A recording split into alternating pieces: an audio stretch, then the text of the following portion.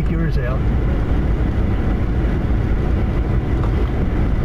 If you think incidences of road rage are awful in the city, watch what happens when two farm guys get into a fight. According to the person filming, a red vehicle nearly ran him off the road while he was carrying a trailer at 35 miles per hour. The older man calmly explained the speed limit and traffic laws to the man even though he approaches the encounter armed.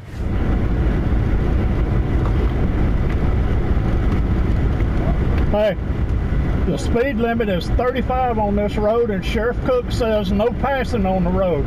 There's a lot of kids playing on this road. Would you like your kids run over? I have appointment. Okay, well go get your appointment. Goddamn, put your gun up. I've got you on video. Credit where it's due, he did put the gun away, but then he brought his whole family into it. And considering he was the one speeding to begin with, it's hard not to think he was just being an a-hole. Pull yours out. Hey. My daughter, she's driving right there. You put the truck in the car. There's no right. Okay, well, that's okay. You need respect. I've got blinkers on the truck. I've got you on video camera with that camera, and I'm going to show it to Sheriff Cook. I've got your license plate, too. I want to talk to you. Last 3 times you... That's a 3 times. Yeah, y'all come through here driving 70 miles an hour. In his mailbox on January 8, 2005, a guy named Martin found a curious parcel. Confused, he brought it inside and opened it to find a single item, a videotape. With no label or message explaining what was inside, he put it in his camera out of curiosity to see what was on it and hit play. To put it mildly, the footage he discovered was startling. It showed a man explaining the violent things he was going to do, how he was going to entice his victims, and the makeshift tools he was going to employ. Not trained in torture methods, which is what I'm gonna have to make do. I got my drill here. The reason why it's got this padding on it is just to try to silence it a bit because I'm in an apartment. I got gags, socks, got lots of duct tape. I got a soldering iron, sheets. It's rather crude implements. I think can work wonders, especially if it's used in the right way. While the content of the video was deeply disturbing, what unsettled Martin Moore even more was recognizing the man speaking, his close friend Ricky Rodriguez. This wasn't some anonymous manifesto from a serial killer. It was a final personal message from someone Martin had known for years. Ricky had grown up trapped inside a cult, abused, manipulated, and broken from the very beginning. Though he had eventually escaped, the trauma never left him. Now he was planning to confront the people who had hurt him. In the hour-long video, he explained everything, what had happened to him, why he couldn't move on, and what he intended to do. He mailed the footage to a few close friends and family, hoping they'd understand his pain and the path he was about to take. I am making this video, well, for many reasons, I guess. I suppose the main reason is that I want there to be some record of the way I feel, my ideas, just who I was, really. Ricky's story began on January 25, 1975, when he was born as the first child of Karen Alva Zerbe, a high-ranking member of a cult known as the Children of God. This group cloaked itself in Christian rhetoric to lure in vulnerable young people, often teenagers, only to twist those teachings into something deeply exploitative. Just 2 years after Ricky's birth, he was adopted by the cult's self-proclaimed prophet David Burke, who renamed the group The Family and declared Ricky a divine messenger, giving him a symbolic role within the organization. Outwardly, Ricky was treated like royalty, but behind the scenes, he suffered unimaginable abuse. David not only sanctioned these horrors, he documented them in a grotesque book titled The Story of David Dito, detailing the exploitation Ricky endured as a child. As Ricky grew older, he began to see through the lies and manipulation. In 1999, he and his girlfriend, Alexia Manuel, managed to escape during a supposed trip to one of the cult's compounds in Mexico, instead fleeing to the United States. Adapting to the outside world after 24 years of isolation was a monumental challenge. Still, Ricky pushed forward. He found work as an electrician, married Alicia, and settled in Tucson, Arizona. But the trauma didn't disappear. Though David Berg had died in 1994, the cult remained active under Ricky's own mother, Karen Zerbe. It continued operating mainly overseas, avoiding serious legal consequences, and Ricky knew that children were still being harmed just as he had been. In January 2005, unable to bear the weight of it any longer, Ricky decided to act. He recorded a video message, his final testimony, describing what had happened to him, how the cult had evaded justice, and why he felt compelled to stop it himself. In the video, he spoke not just of exposing the organization, but also seeking personal vengeance for all the years of pain. He sent it to his wife and a few close friends, his final cry for justice, before doing what he believed no one else would. There's this need that I have. This need, it's not a want, it's a need, and I wish it wasn't, but it is. It's a need for revenge. It's a need for justice. Because I can't go on like this. In the final video he recorded, Ricky laid out a chilling plan. He had managed to reconnect with Angela Smith, his former nanny, and one of the many adults who had abused him during his childhood in the cult. His idea was to lure her to his apartment in Tucson under the pretense of a friendly dinner and, once there, forced her to reveal the whereabouts and activities of other cult members using any means necessary. And that's exactly what he did. On January 8, 2005, after mailing copies of his video to his wife and a few trusted friends, Ricky followed through. He invited Angela into his home and confronted her. While it's unclear how much she revealed, we know the confrontation ended with Ricky taking her life. Afterward, he left Tucson and drove west to Blythe, California, where he checked into a motel. Later that night, he called his wife. He told her everything, what he had done, how it felt, and what he planned to do next. But something in him had changed. Despite the years of torment and the hatred he carried, Ricky admitted that killing Angela was the most difficult thing he'd ever done. It didn't give him the peace or closure he had imagined. Revenge hadn't healed him. It had only deepened his sorrow. He told his wife he couldn't go on with the rest of his plan. He couldn't take another life. The next morning on January 9, authorities found Ricky's car in a parking lot not far from the motel. Inside, they found him dead by suicide. For those who knew him best, the outcome, though heartbreaking, was not entirely unexpected. In his final video, Ricky had confessed that he saw no future for himself beyond this act of vengeance. He believed his pain would only end when the people who destroyed his childhood were gone. I can imagine how I would feel, how liberating it would be. But in the end, all he found was more pain. Today, the family cult, despite years of allegations, investigations, and trauma, still operates under the leadership of Ricky's own mother, Karen Zerbe. Ricky's tragic story remains a haunting reminder of the long, devastating shadow cult abuse can cast over a person's life, and the urgent need for accountability that, for him, never came.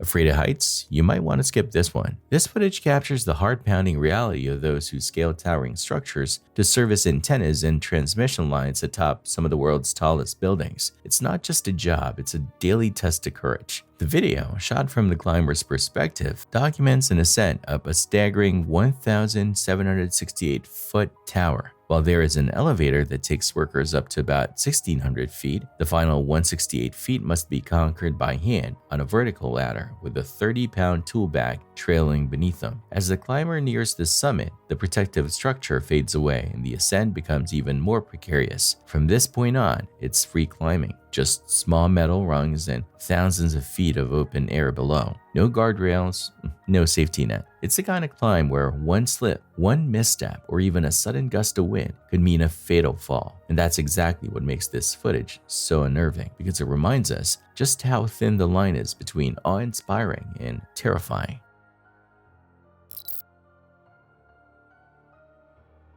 The nitrogen líquido para 1,000 litres aproximadament de nitrogen gas. Ens retirem això, sisplau. I ara comencem a posar el nitrogen líquid. Endavant. Música, sisplau.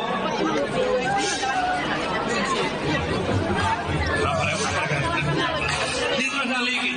En el laboratori ens agrada molt treballar amb el The internet is full of science experiments gone wrong, and this one's a perfect example. Captured in Girona, Spain, the video shows a man giving a live demonstration using what looks like liquid nitrogen in front of a small crowd. Everything seems fine at first, even fascinating, until it isn't. He pours the foggy liquid into a large barrel, then places another barrel on top. That's when something goes very wrong. Keep watching.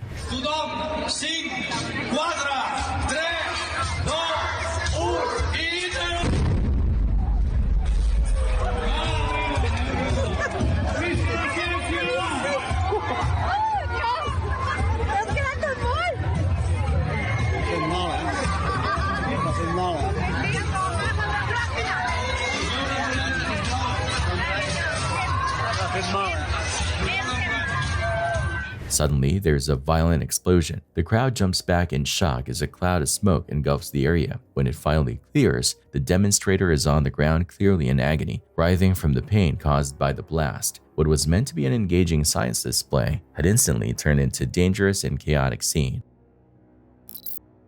On the morning of October 4th, 2006 at 6:15 a.m., police in Barrie, Ontario received a chilling call. A woman calmly told the dispatcher, "My children are dead." Her flat tone didn't match the gravity of her words. When asked what happened, she simply said, "I don't know. I don't remember." Officers rushed to the apartment. When they arrived, they were met by 31-year-old Frances Elaine Campion. She opened the door with the same eerie calmness. When asked about the children, she replied, "Yes, they are dead. They're on my bed." Inside the bedroom, officers found the bodies of her daughters, 3-year-old Serena and 19-month-old Sophia. Both girls were dressed in clean clothes, wearing small earrings and necklaces, but their skin had turned blue, clear sign they'd been dead for some time. The only visible injury was a faint bruise on Sophia's forehead. There were no signs of struggle, no signs of how they died, but as detectives searched the home, they found a camcorder. The footage gave them the answers they needed. The video started instantly. Elaine surprising Serena with a bike for her birthday on August 8th. It didn't stay innocent for long. Hi Serena, it's August 8th, 2006. Happy birthday to you. Happy birthday to you. Happy birthday, Serena. Happy birthday to you. Serena's 3 today. Yay! Shall we go to the living room and see if you got any birthday presents from the birthday fairies? Yes! Okay, let's go. I have to go.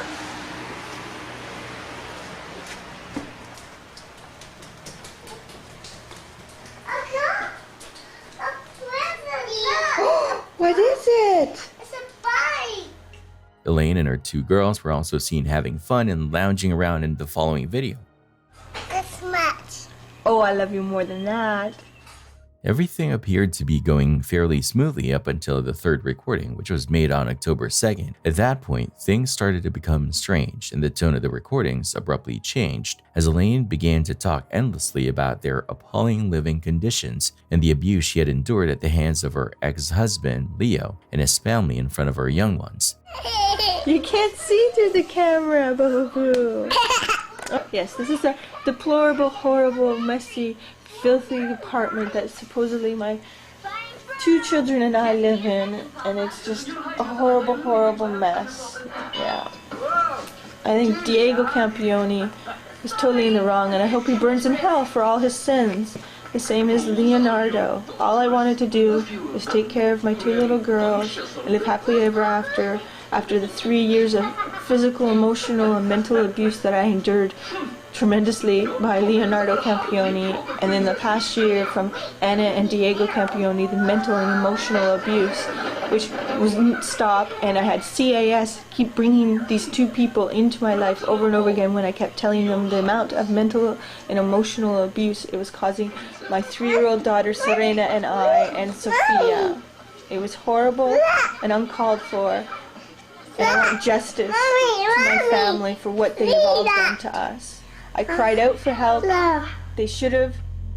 Leo was known to be extremely abusive, both physically and emotionally. He cut Elaine off from her parents and, at one point, even kicked her in the stomach while she was pregnant. That assault led to a domestic violence charge and eventually their divorce. But by the time this video was recorded, Leo had started to change. He was now fighting Elaine in court for custody of their daughters. The stress of that battle hit Elaine hard. Her mental health had already been fragile. She'd been hospitalized twice before, and now it was unraveling fast. Her mother later said Elaine had grown deeply paranoid, convinced Leo would come and take the girls from her by force. Then on October 2nd, shortly after stopping the video at 8:39 p.m., Elaine made a devastating decision. She took her daughter's lives. Investigators would later find a recorded confession on the same camera.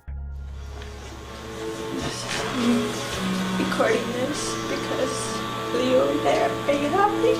Everything is gone. You wouldn't give peace. You wouldn't tell the truth. I begged. You even had Stacy not believing me, telling her I had to sign papers when I didn't. I went to victim witness to get the truth. Trying, begging everyone the truth. How you beat me for 3 years behind closed doors, beat me when I was pregnant with Serena and Sophia. You didn't care about our babies, you didn't care about me, you cared about yourself. You wanted to win, you won. Are you happy? How does it make you feel? How does it make you feel? Because it doesn't make me feel great. I've lost everything my whole life. So that means the remodeling time at their Aurelia and Braintree stores. They are changing the displays. Now is the time to make a great deal on an Ontario-made hydro-cooled hot tub. In-stock models, floor models, or custom orders, everything has a sale price. Pool Spa Sauna Showroom, making waves in Aurelia, Bracebridge, and soon to be in Huntsville. You can also check them out on the web at poolspasaunashowroom.com. Elaine was arrested on the spot, and soon after, she was officially charged with murder. The footage found in her apartment became a key piece of evidence in the case. In the end, she was sentenced to life in prison, with the possibility of parole after 25 years.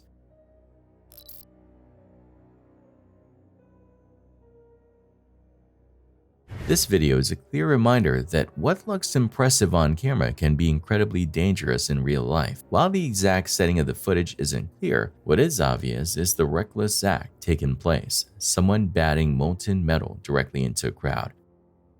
The aftermath, captured in a series of haunting photos, leaves no doubt about how hazardous and irresponsible this stunt truly was.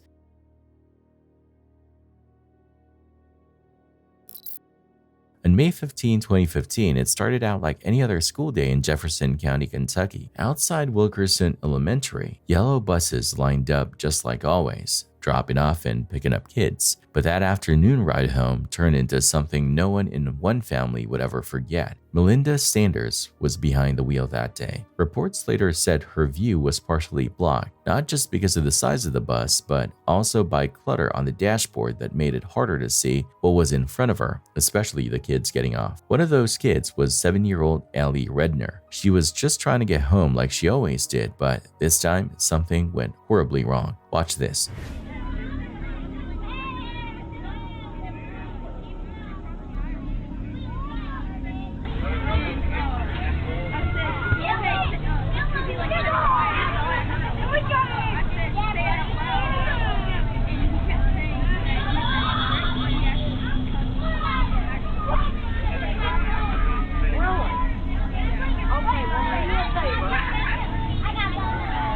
Find another space that is not close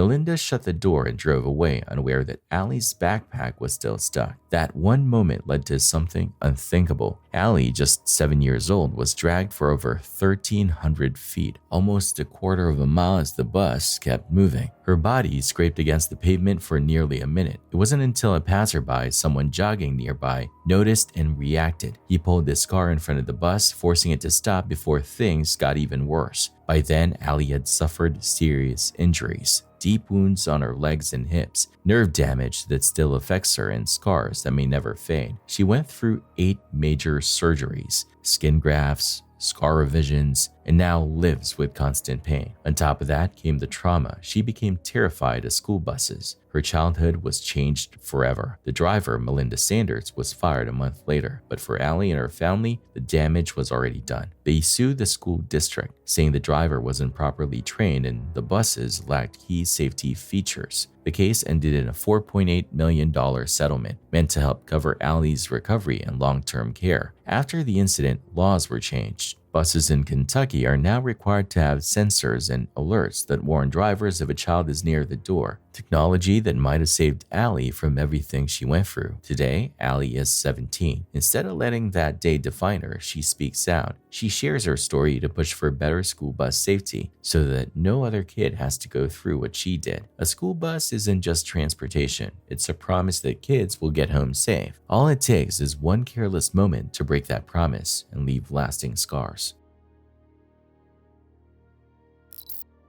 When you step into an abandoned building, the last thing you expect to find is a fully operational service room. But that's exactly what YouTuber Shie stumbled upon in February 2018. The video begins with him perched atop a tower overlooking an industrial zone. He then makes his way into a seemingly deserted structure, empty, lifeless decay. Inside, he finds the remnants of what once was a vacant auditorium, a dusty ping pong table, and silence. As he ventures deeper, he descends into the building's cold, dimly lit basement, and that's where things take a turn. Hidden below is a room still humming with power, blinking lights, active hardware, servers quietly running. He picks up a phone. There's no dial tone, just the unmistakable sound of disconnection, yet the servers are very much alive. Then he finds a dated computer tower, plugs it in, and powers it on. The screen lights up, Windows 95 boots, followed by a sudden flash of black code and a login screen. Unsure what to do, Shie follows suggestions from his live stream chat and hits cancel. To his surprise, it lets him in.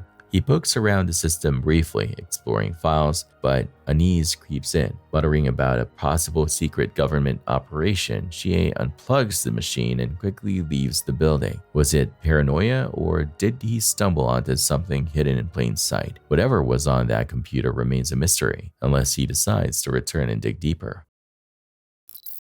Years ago, the Bureau of Land Management released a public service announcement titled "Stay Out and Stay Alive," warning the public about the dangers of exploring abandoned mines. The PSA highlighted real threats like sudden cave-ins, unstable explosives, wild animals, and oxygen-deprived tunnels. But the most haunting part of the video was the true story, an actual footage of a tragedy that took place years earlier. On July 4th, 1998, a group of young men discovered an abandoned mine in Nevada and chose to explore it for fun. What's eerie is that from the very beginning, the group seemed to know deep down they were making a dangerous mistake. As you see Briz pointing out, stay alive. It's a good point, but we're not too smart, so we're gonna go anyway. This is an unsafe mine. Danger. Still, the thrill of exploring a place long forgotten proved too tempting to resist. As they pushed further into the mine, the risks escalated. The group crossed decaying wooden bridges, each step a gamble, yet they pressed on. Along the way, they passed clear signs of previous cave-ins, warnings that should have sent them back. But in pursuit of curiosity or adrenaline, they ignored the danger and kept going deeper into the darkness. Look at all this. There's lots of rocks and stuff that have fallen from the ceiling, which indicates that probably a good idea to be walking this way. And, well, they've already fallen, so they're not going to fall again. Well, there's more to fall still. It's important to remember that these weren't trained professionals with experience navigating hazardous environments. They were just a group of young guys chasing a thrill and filming the adventure. But what started as a fun idea could have easily turned deadly. At any moment, they could have fallen into a mine shaft that dropped hundreds of feet or gotten hopelessly lost in the maze-like network of tunnels. And as time passed, that possibility started to feel more and more real. Yeah, we gotta remember where we're... Okay, we got out here. Who painted these X's in the clip? Grant. What do they mean? Dead ends and stuff. Okay, they're all got an X on them. We go this way. That one's got an X. So it's also got that. What does the diamond mean? Where's that go? Goes down. Along there. Ooh, that's not a little.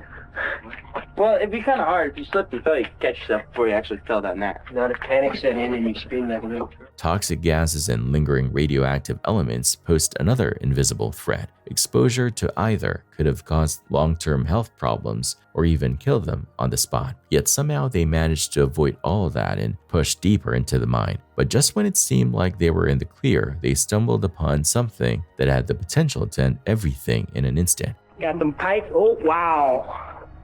We have to climb that? Yeah, don't everybody keep up. I got you. You're gonna be the lucky one to fall. This is going to America's Funniest when somebody falls. That's a good idea.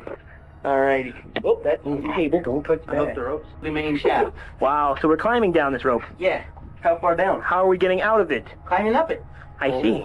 Despite having barely any rope climbing experience, they pressed on undeterred. Driven more by thrill than caution, one of them, named Adam, volunteered to go first. What happened next was captured on their camera, and it shows just how quickly curiosity can spiral into catastrophe. How far down does it go? All the way down to that ladder. You were going down? Like a good 30 feet. Where am I going to hook this camera? I'll go first. I am. About 300 feet. You don't like to break up. You don't like to... Put it like he's doing it into your mouth. That. It's all like this. Is it off now? It's not. How am I going to get this thing down there? Yeah, but how am I going to get back up? I don't have... Hey, good. Give you my belt. Strap it on. Oh. Adam! Oh! Adam! Oh. Adam! Yes. Adam! Oh, God. Oh, God. Somebody help. The rope Adam relied on was dangerously frayed, and the moment he shifted his full weight onto it, it snapped. He plummeted 65 feet into the dark shaft, losing consciousness on impact. By some miracle, none of his injuries were fatal. His friends, shaken but determined, managed to exit the mine and call for help. What followed was a tense, hours-long rescue mission. Against all odds, Adam was pulled from the shaft alive. The fact that they made it all out without a single fatality is nothing short of astounding. That shaft could have easily been over 100 feet deep, or Adam could have struck his head during the fall and died instantly. Worse still, if the rope had snapped while the last person was climbing down, the group might have been trapped with no way to call for help, slowly succumbing to starvation. Thankfully, the outcome was far less tragic. A few broken bones, cuts, and bruises. But the lesson remains. Curiosity can kill, especially in places like this.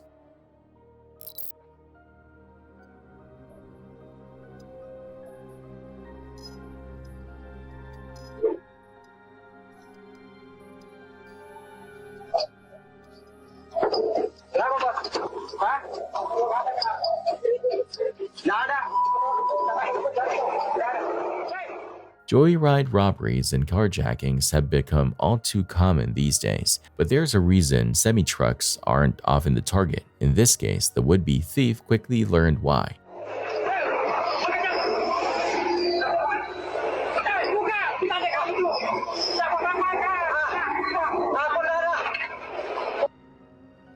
As soon as the driver realized what was happening, he took control of the situation by flooring it, speeding off with the suspect clinging on for dear life. The man can be heard pleading to be let off, but the driver, clearly fed up, kept going, seemingly intent on teaching him a lesson he'd never forget.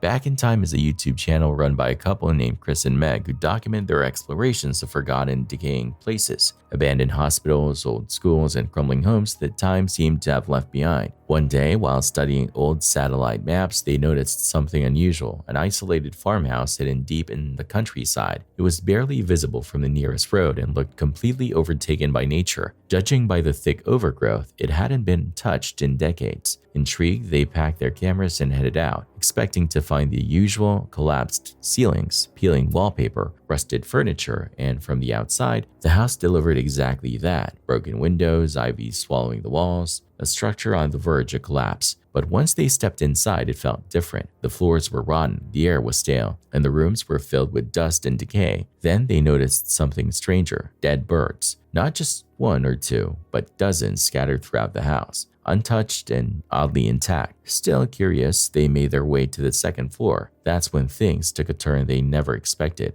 Thin, narrow piece of carpet that comes all the way across. Absolutely nuts. Maybe we'll come into this bedroom here. And wow. What an absolute beauty this place is. Try to get the light a bit better on there, but look at that bed.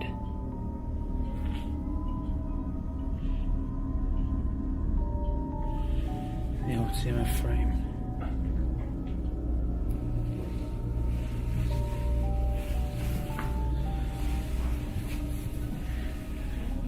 So they've still got the old bag. That's what the old people use these days, don't they? Get all their shopping in. Little table there with a few bits. Loving that wardrobe. I'll just squeeze and stuff. Can I help you? Oh my god! Help! You're alive! You are?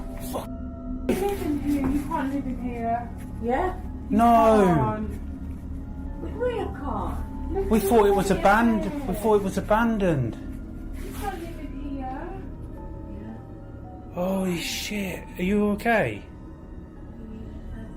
We thought. How did you get in? There's a window that's open downstairs. Window open? Yeah. Yeah. Open window. What we do, we do take videos on. pictures of like old farmhouses because we're really interested in it. Oh. We thought it was abandoned because of this. No, you live in here. Oh no. You live in here. Is there no way you can go and look at it? Do you not think it's a bit? Yeah, it is, yeah. You not got family? No. You haven't? Oh Jesus Christ! I haven't got anybody. You scared the life out of. You literally scared the life out of me, What man. is it we can do to help you? Where are you from? We live in Hamptonshire. I don't know where you know, we don't know. I've not got any kids and I've not got any grandkids. Whose farm is this? Yeah, it's farm here, yeah. So is this not your farm then?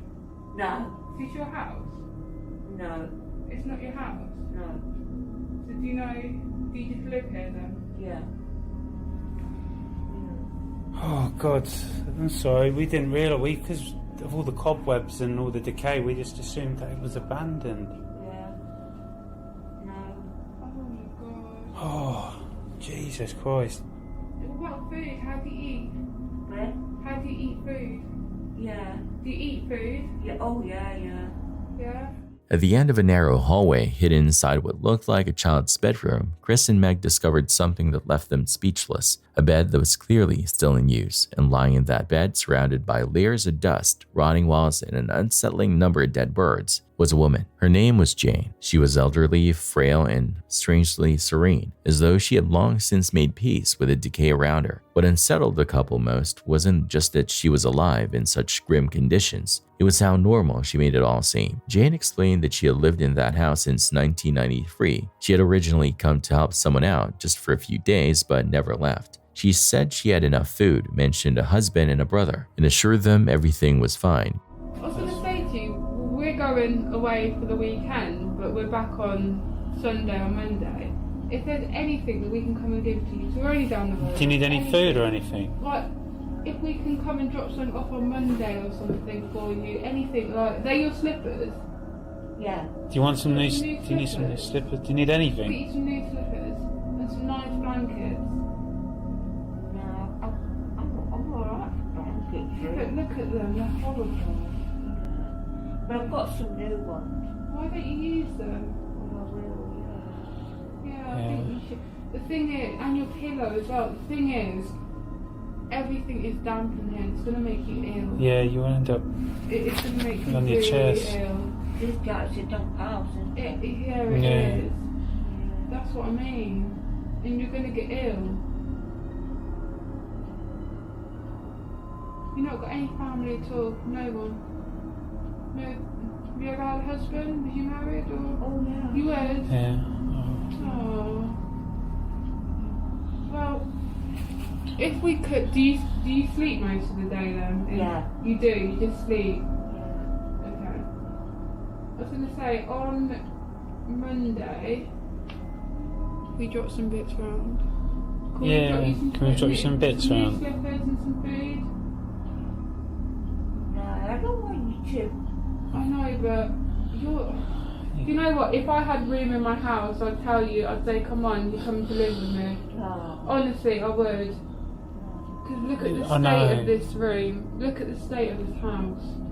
Chris and Meg, still trying to process the surreal moment, gently offered to help, maybe call someone or even just clean up. But Jane declined, her voice calm and unwavering. "I'm all right," she said. "You don't need to worry." It was a moment that left a mark, not just because of the place, but because of Jane herself. The way she lived, the calm certainty in her voice, the way she said everything was fine, even when it clearly wasn't. Chris and Meg did what any compassionate person would do. They contacted adult social services, unsure if Jane had simply fallen through the cracks or if something more sinister was at play. But the response they got was unexpected. The agency told them they were already aware of Jane. They didn't elaborate, didn't explain why she was still there, only that she hadn't been forgotten. And for reasons they couldn't share, she had been allowed to remain. Left with more questions than answers, Chris and Meg eventually said their goodbyes. They thanked Jane for letting them in, told her they'd return if she ever needed anything, and quietly stepped back into the light. But as they walked away from that crumbling farmhouse, they couldn't shake the unease that followed. Maybe it was the eerie stillness of the place, maybe it was the dozens of dead birds, or maybe it was something deeper. Something about a woman who had lived for decades in isolation, wrapped in silence, memory, and dust. To this day, no one really knows who Jane had come to help all those years ago. No one knows why she stayed, or what truly happened in that house. All anyone knows is she didn't want to be found, and yet somehow she was still there. Whoa! Stop the car! On the morning of January 27, 2024, a police officer patrolling in Waukegan, Illinois, spotted a stolen Hyundai Elantra sitting in a Starbucks parking lot. Inside the vehicle were two people, both sound asleep. The driver, later identified as 27-year-old April Rains, had no idea her quiet nap was about to be abruptly and dramatically interrupted. You don't want to miss this. Hey, you don't see anybody in it, do you? Is there? Alright.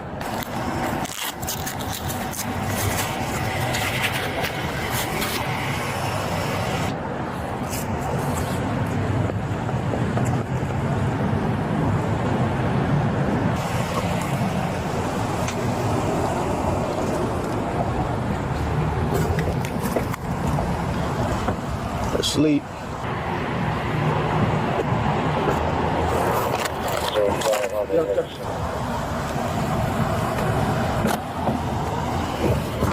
Get out the car. Get out the car. Get out the car. Get out the car. Get out the car. Get out the car. Get out the car. Keep your hands up. Keep your hands up. Keep your hands up. Get out the car. Come out right now. We're gonna pull you out. Get out of the car. Keep your hands up. Keep your hands up. Come out. Come out right now. We're gonna pull you out. Get out of the car. Pull up, pull up, pull up, pull up. Get. Pull up, pull up, pull up, pull up. Whoa! Stop the car!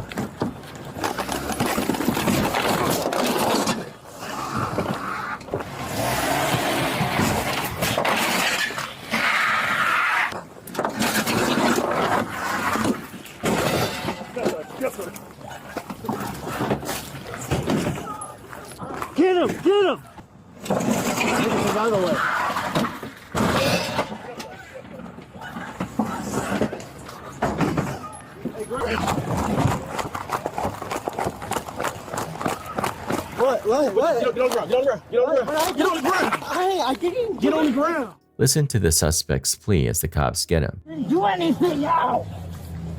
Sir, I didn't do anything.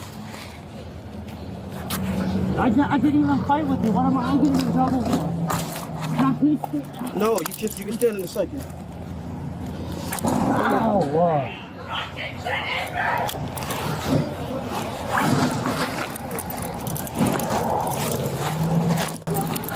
Come here. Stop resisting. Hey, can I get one more over here? Please just stop. Put your hands behind your back. I'm trying to just... Put your hands behind your back. Kramer. All right. Can you just let go for a second so I can... Stand still, my man.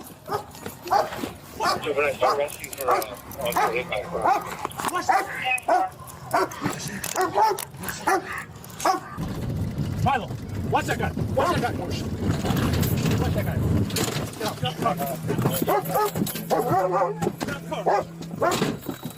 Get out the car, bro.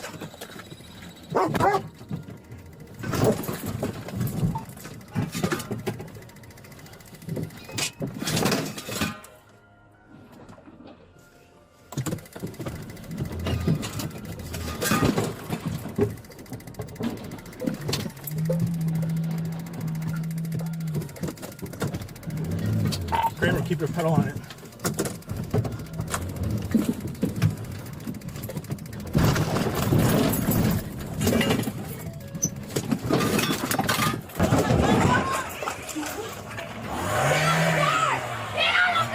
Hey, put your gun away. Put your gun away. Don't have to. Get out the Stop. fucking Just let her go. We're not gonna jump on her. break the window.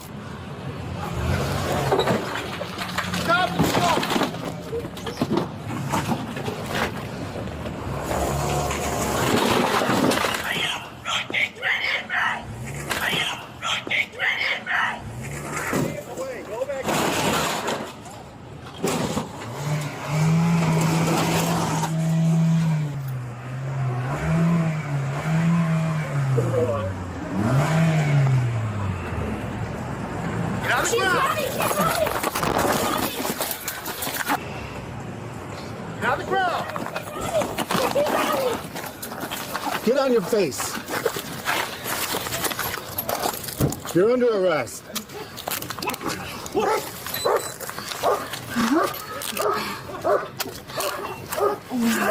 Do not move. Do you understand?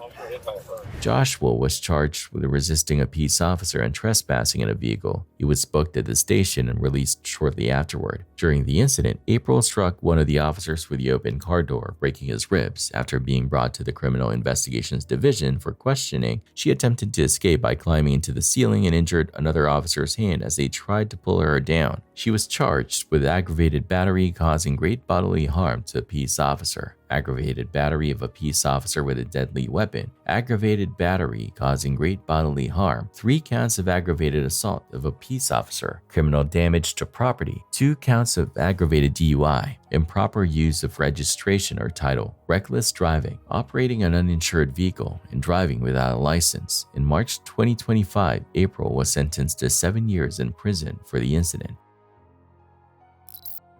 Hiking is meant to be peaceful, a way to reconnect with nature, breathe fresh air, and escape the chaos of daily life. But for 26-year-old Juliana Marantz, a tourist from Niterói, Brazil, what was supposed to be an unforgettable adventure turned into heartbreaking tragedy. On the morning of June 21, 2025, just after 6 a.m., Juliana set out with a small group of fellow tourists and a local guide to hike Mount Rinjani in Indonesia, one of the world's most stunning yet dangerous volcanoes. As they climbed the steep, unforgiving trails, Juliana began to feel overwhelmed by the altitude and physical strain. Exhausted, she asked the guide for a break, hoping for just a few minutes to catch her breath. But instead, staying with her, the guide made a devastating choice. She hadn't just collapsed. She had slipped and fallen over 1,000 feet, landing on a narrow rock ledge hidden deep inside the volcanic crater. Trapped and injured, Juliana was still alive. People nearby later said they could hear her cries for help echoing off the cliffs that morning.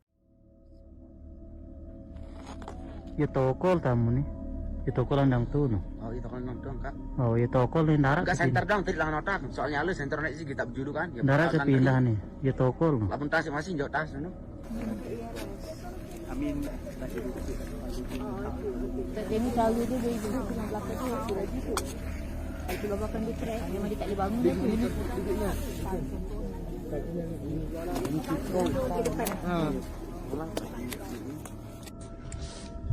Start. Dale. See, wait. She looks so scary. Yeah, she looks very scary.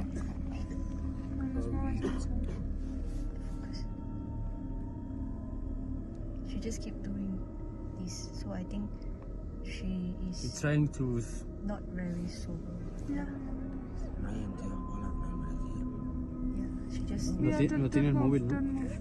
Sorry. Déjalo, está desenfocando. Her eyes. Sí. See? Déjalo. But despite knowing she was out there, the rescue team couldn't reach her. The terrain was brutal, the fog thick, and the weather refused to cooperate. Every passing minute was critical, and through it all, Juliana remained alone, hurting, scared, hoping that help was on the way. But help never came. On June 24th, 4 agonizing days later, Indonesian officials confirmed what everyone feared. Juliana Marins had died. Her body was found wedged against the crater wall, nearly 600 meters down. It was only thanks to thermal drones that searchers were able to locate her at all. Recovery was just as difficult. Rescue teams had to brave treacherous conditions to bring her back down to the base camp at Sembalun. For her family and friends, the grief was unbearable, and so was the anger. They accused Indonesian authorities of delays, confusion, and even spreading false hope. At one point, officials claimed Juliana had been found and was being given food and water. That turned out to be untrue. The lie gave her loved ones hope, only to crush it soon after. Juliana wasn't some naive traveler. She was an experienced backpacker, someone who had spent months exploring Asia with confidence and heart. She was vibrant, adventurous, alive, and the thought that she may have sat alone on that cliff, cold, calling out, holding on for hours or even days, only makes the tragedy even more unbearable. Sometimes the scariest part of an adventure isn't nature itself, it's human failure. A careless decision, a rescue gone wrong, a silence that lasted too long, and for Juliana Marins, that silence cost her everything.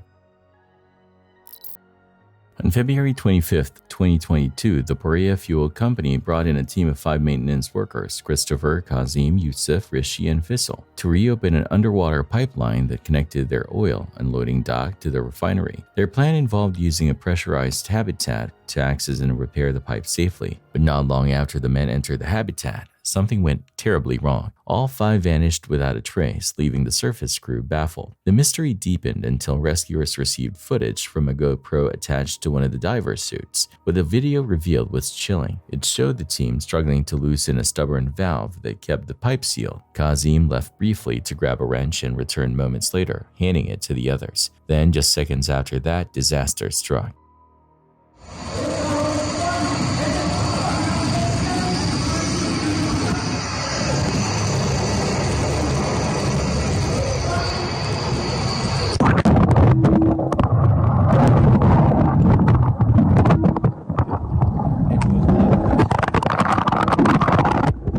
The moment the valve was opened, the low pressure inside the pipe triggered a deadly chain reaction. A powerful vacuum formed instantly, pulling water into the habitat with tremendous force. At the same time, the compressed air inside violently shot all 5 men straight into the open pipeline. The suction was so intense that the divers didn't even have a chance to react. In the blink of an eye, they were all dragged into a narrow 30-inch wide pipe, one after another vanishing into the darkness.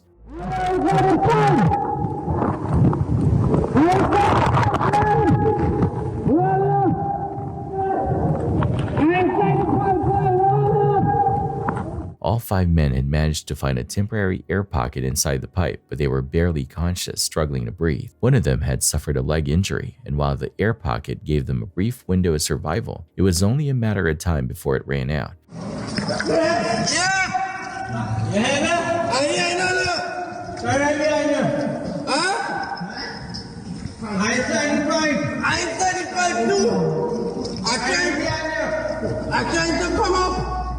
Faced with no other choice, two of the men, Christopher and Faisal, decided to try and find a way out. Navigating through the flooded sections of the narrow pipe was grueling. After pushing forward for some distance, Faisal's strength gave out and he refused to continue. That left Christopher on his own. Driven by pure will, he pushed forward alone and eventually made it to the end of the pipe, where rescue teams managed to pull him out. Tragically, his 4 co-workers never made it out. Days passed with little to no serious rescue effort. Ultimately, the remaining men perished inside the pipe, trapped, helpless, and abandoned. The company's CEO later justified the inaction, claiming that sending in a rescue team would have put even more lives at risk. The response drew heavy criticism and public outrage, prompting the regional government to launch an inquiry into how such a catastrophic failure was even allowed to occur. But like many industrial tragedies before it, the hearings led nowhere. No one was held accountable. No sweeping reforms were made. The only gesture that followed was a financial one. In April 2025, the government announced a $1 million compensation package for each of the deceased diverse families, as well as for Christopher, the lone survivor.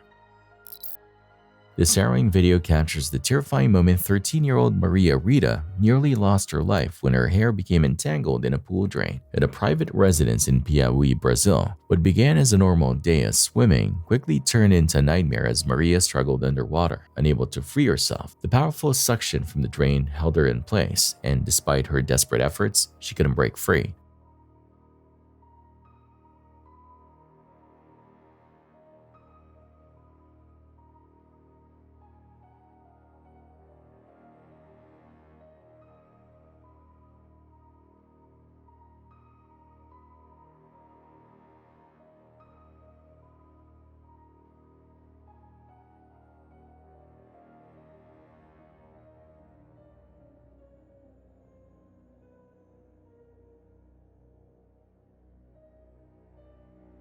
Thankfully, quick-thinking adults nearby noticed something was wrong and rushed to her aid. They dove into the water and after several frantic attempts, managed to entangle her hair and pull her to the surface. Maria was unresponsive at first, but thanks to immediate CPR and emergency care, she survived the ordeal. The incident serves as a chilling reminder of the hidden dangers in even the most familiar environments and the importance of proper pool safety.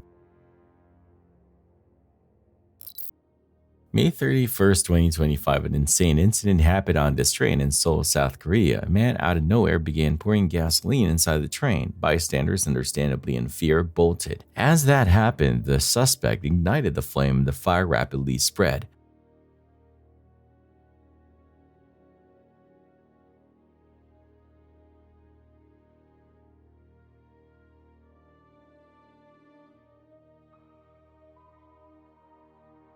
Another camera shows smoke spread, leaving passengers in a state of fear. 6 injuries were reported. However, no casualties, so there's that to be thankful for. Reports state the suspect was a 67-year-old man who was angry over a divorce ruling and began scoping out train cars to plan this horrific act. He was caught and charged with attempted murder and arson.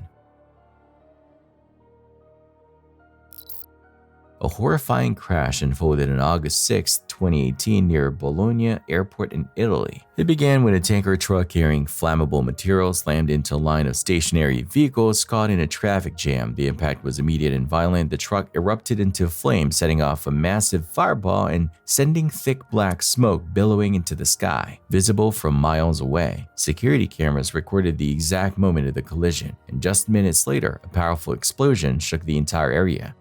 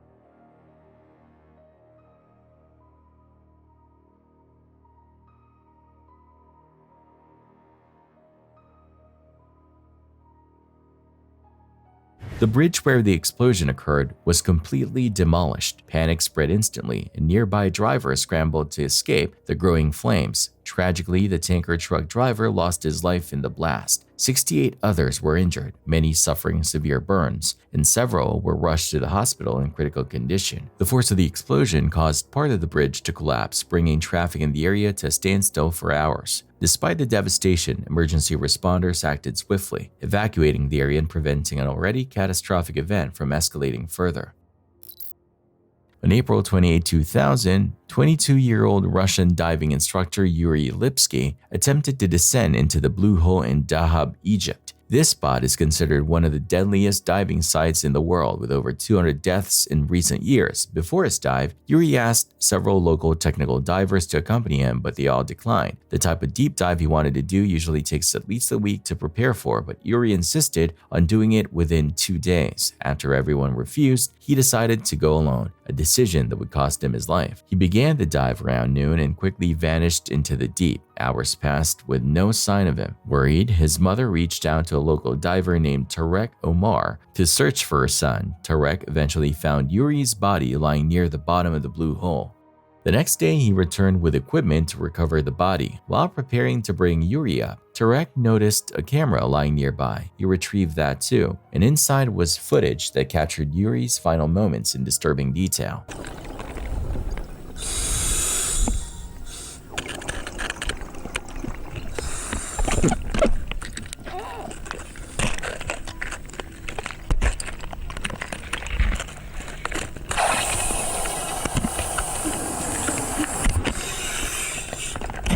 The dive began like any other, with Yuri swimming near a group of fellow divers. But as he ventured deeper into the Blue Hole, the others disappeared from view and he was left completely alone. That's when everything began to unravel. First, he failed to monitor his gas levels properly, leading to nitrogen poisoning that quickly left him disoriented. By the time he realized something was wrong, he was already sinking fast. In a panic, Yuri attempted to inflate his buoyancy control device to stop its descent, but the sudden change in pressure caused it to rupture, leaving him without a way to rise safely back to the surface. As Yuri continued to sink, the increasing depth only worsened the effects of nitrogen poisoning. His breath became more labored, and the camera picked up the terrifying sounds of him gasping for air.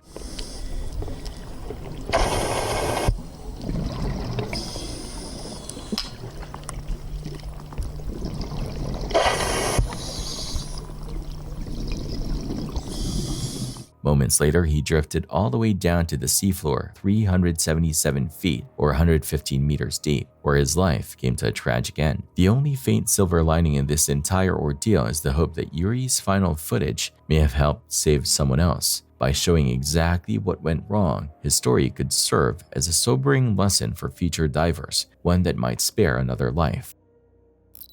On February 4th, 2023, Chula Vista police were dispatched to an apartment complex after several 911 calls reported two people fighting aggressively in a stairwell. The altercation had reportedly gone on for hours, disturbing residents and creating a serious safety concern.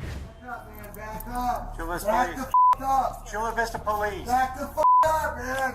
Back up. Back up. Back up. Let me see your Back hands. up. Back up. Let me see your hands. Don't shoot me, man. Chula Back Vista up. police. Back the up, man. Come out from behind Back there. up. Come out from behind Back there. up. The suspect refused to comply with officers' commands and repeatedly threatened to take the hostage's life, escalating the already dangerous situation. Back up. Don't do it. Don't do it. Don't back up. Yes, I'm right. Don't do it, man. Back up. Back up. Back up. Motherfucker. Back up. Drop the knife! Drop the knife! Drop the knife now! Drop the knife! Drop the knife! Drop the knife now! Drop the knife! Drop the knife now! That's a live situation. De-escalate the situation. Get out of here now. Back off. Get the back up. De-escalate. Dude, back off. Drop the knife! Back off. Drop the knife! Stop. Drop the knife! Back off, you guys. Drop the knife! Drop the knife! With commands being ignored and the threat ongoing, officers devised a tactical plan to bring the standoff to a safe resolution. The knife! Drop the knife. Chula Vista police. Back up. Drop the knife! Back up. We're right here. He's got a knife to the guy's neck. Drop the knife. We're not going any further. Drop the knife. Drop the knife. We're not going any further. Drop the knife. Yes, it's up to his neck. Drop the knife now. Drop the knife now. We're not going any further. Drop the knife. They quietly moved into position near a door that led to the stairwell. When it finally opened, one of the officers fired, hitting the suspect in the head. Back up now. Back up now. On up to the left. I want him to open the door.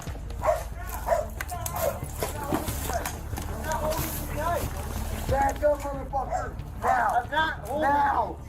Back over there.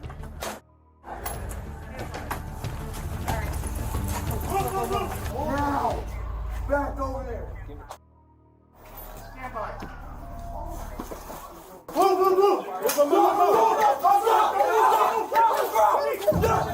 The hostage managed to get away safely. The 37-year-old suspect was taken to the hospital but lost his life from his injuries 2 days later.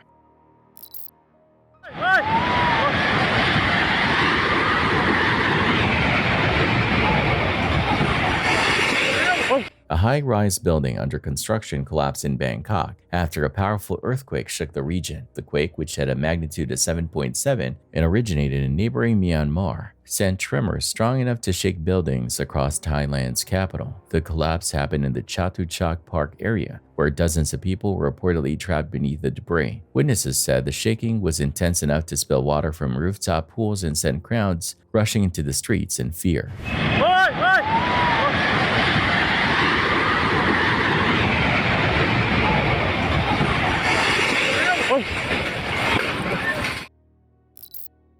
Several typhoons have impacted Asia this year, but none came close to the strength of Typhoon Yagi. This one made landfall in Vietnam and has since been classified as a super typhoon, with wind speeds reaching up to 138 miles per hour or 223 kilometers per hour. It also hit Hainan's Hao region in China, where these intense scenes were filmed.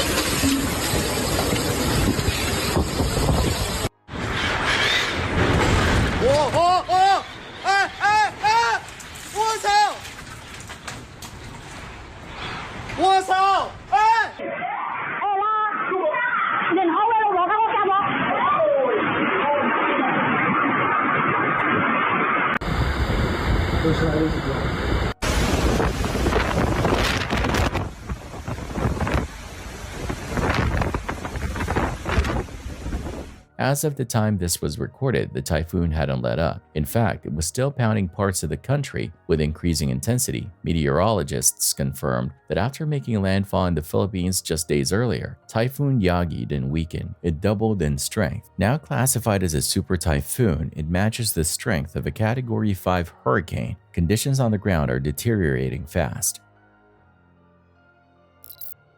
It's every parent's worst fear, someone sneaking into their home and approaching their child while they sleep. That's almost what happened to a family in Vallejo. In the middle of the night, an intruder broke in. It wasn't until later that the family discovered the prowler had wandered into the baby's room. The 1-year-old was fast asleep in his crib as the stranger stood there, just watching. In the next room, a little girl was also asleep. Thankfully, nothing happened to the children, but the footage from the security camera is chilling. The intruder left with a few valuables, but the emotional toll is far greater. As one family member said, "Take anything, just not the kids." I'm gonna warn you, skip this if you're squeamish.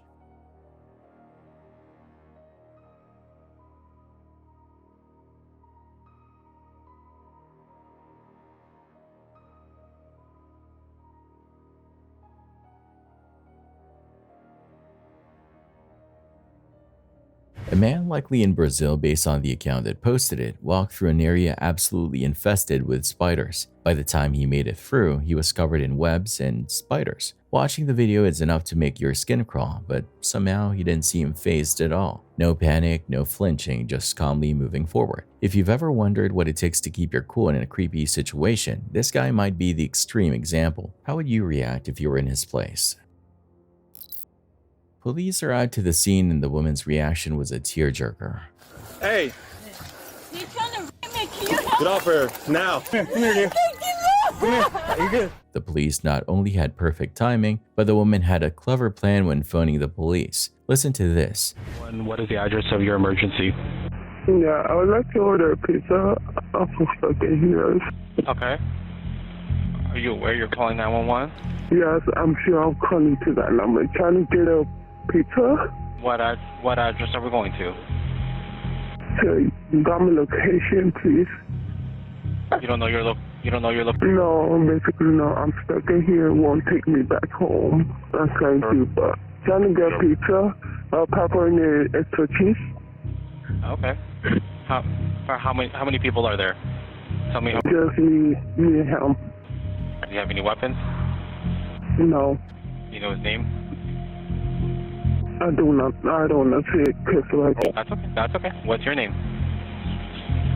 I would like to order extra cheese pizza.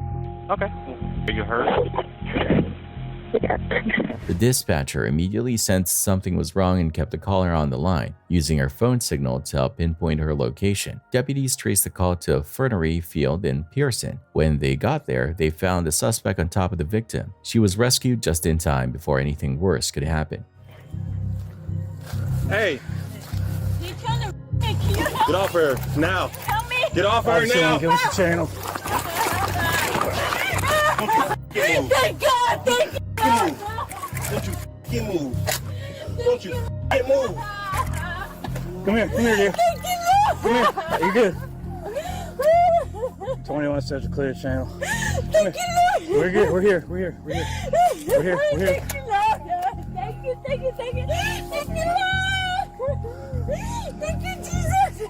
We got him mail secure. He took it. It's hard to imagine what might have followed if deputies hadn't found her when they did. Hernandez Mano, who was in the US illegally, was arrested and charged with attempted sexual battery, battery by strangulation, and false imprisonment. While undergoing a routine inspection at an auto dealership in Badizu, Turkey, a car's engine suddenly exploded. The owners, who were still sitting inside, bolted from the vehicle in a panic as flames erupted from under the hood. Dealership employees quickly grabbed fire extinguishers and managed to put out the blaze before it caused further damage. Thankfully, no one was hurt and the fire didn't spread, avoiding what could have easily turned into a far more serious disaster. On August 23, 2022, law enforcement responded to a call about a possible battery situation. When they arrived, they were met with a chaotic scene and conflicting stories from several people. The situation kicked off when Katrina, a woman being questioned by officers, revealed there was a history of domestic violence between her and another individual, possibly her father. I'm on the phone with 911. You can hang up. Bye. Do you need medical attention at all? No. Do you have any cuts or anything on you?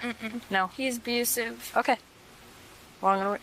And he's trying to sit there and claim those are mine so he can get away with abusing me, but my face hurts from him punching me in it. I haven't touched it. Listen, we aren't gonna argue right now, just... At first, medics were called in to check on Katrina, who claimed she'd been physically abused. She pointed to bruising and pain from being punched, saying the injuries were caused by the man who was there at the scene. There was also mention of a third person, Kennedy, who had apparently left the scene earlier, possibly in a car. It wasn't clear what role Kennedy played, but there was some suspicion she might have been involved in the altercation. He's done this before. I have not. Yeah, he has. You beat my mom, you liar! Stop yelling. Sit down.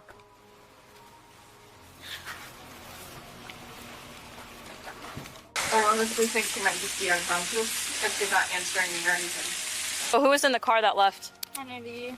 Who's Kennedy? She She's left. providing him with the alcohol. No. She dropped me off and left. Okay, cool. Police Department, Kennedy. He's abusive. Do not let him lie. He beat the shit out of my mom and went to jail. Hey, don't let him lie. Stop.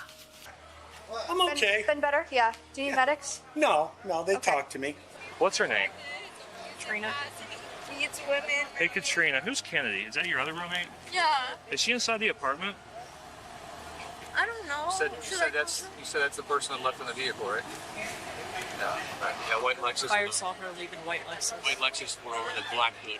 As officers try to piece things together, they learned that Katrina and her father had gotten into a heated argument earlier that day, which escalated into violence. Katrina said her father had dragged her out of an apartment and punched her in the face, causing visible injuries. She also claimed he bit her during the fight, leaving scratches and marks on her body. Okay, what happened was I'm gonna stand under here. she came back from the beach. She went to the beach today with a friend. All right. She got on the couch. She was, I thought, intoxicated. Okay. So we're just, How old is she? She's 18. Okay. She's kind of out of it. So it's a little tense, but nothing bad. And then we got a little puppy, and she grabs the puppy by one leg and just grabs it into her room. So I said to her, please don't grab the puppy like that. Okay? And she's like, oh, I take care of the puppy. We've had the puppy for 1 week. So she starts in on me. Oh, we've had you don't help with the puppy at all, blah, blah, blah. And I said to her, Katrina, that's not what I'm talking about. Mm-hmm. I said, I just don't want you to grab the puppy like that. And then she just explodes. Figure it out. I don't know. Does she have any actual injuries? She? Yeah. She said her head hurts, but when I asked her if she had injuries, she said no, and then medics got over it, and she said her head hurt. It's been up and down for a long time. Her mother, who had custody of her, kicked her out. I've had her for the last year. We've always had these problems. She started to physically attack me. Oh, those aren't mine, all that kind of stuff. And I'm like, no, this is alcohol. And I actually went over to Kennedy's after I got away. I don't know if they're home or not, but this has been a problem with Kennedy, and I'm like... So your daughter caused all the laceration, all the cuts on you? Yes, she bit. These are bite marks. Okay. She literally had me bitten, and I had to kind of bounce her down on the bed to get her off me. Okay. And then I tried to get away, and she kept coming at me, screaming. And, this has happened with us. So who was the original caller in this? I think it was Katrina. I went over to Kennedy's. We haven't spoken to her yet. We just spoke to her. Gotcha. Meanwhile, witness, possibly a neighbor, reported seeing Katrina's father covered in blood as he left the scene, which raised even more concern for the officers. They also found out that Katrina had tried to run for help, shouting at neighbors to call the police, which raised more red flags about her safety. Last time you seen Kennedy, physically? Basically, 3 or 4 days ago. Okay. What made you think she was in danger when I first got here? There was a guy walking up covered in blood, cuts and scratches, and there's blood going up the doorway. Okay, and then you seen him leave? Yeah. But you didn't actually ever see him with Kennedy at all? No, he's walking up from there.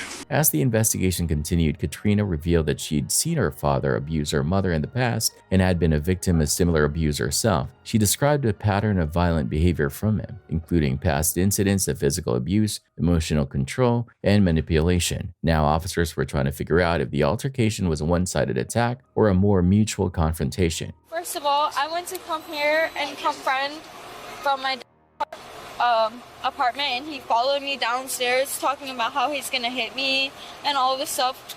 Obviously I can't, because I can't remember everything because I've been so stressed out and there's all these pups and I'm super nervous, but I was just on the phone with my mom and I want her to come here and I want her to come talk to you because she will tell you, because I'm super understand, and I've watched my dad beat my mom, I've watched my dad beat me, I've watched my dad beat the neighbors, and I've watched the neighbors hate my dad because he's abusive. Okay. He's actually abusive, and he's gonna sit here and try and swear he's not, but he actually is, and that's why my mom divorced him. And I'm just, I can't even remember what he said because I'm so upset because of everything that happened, and I just want to talk to him and have him come here and come vouch for me and come say what take he's... a breath. Take a breath. Okay.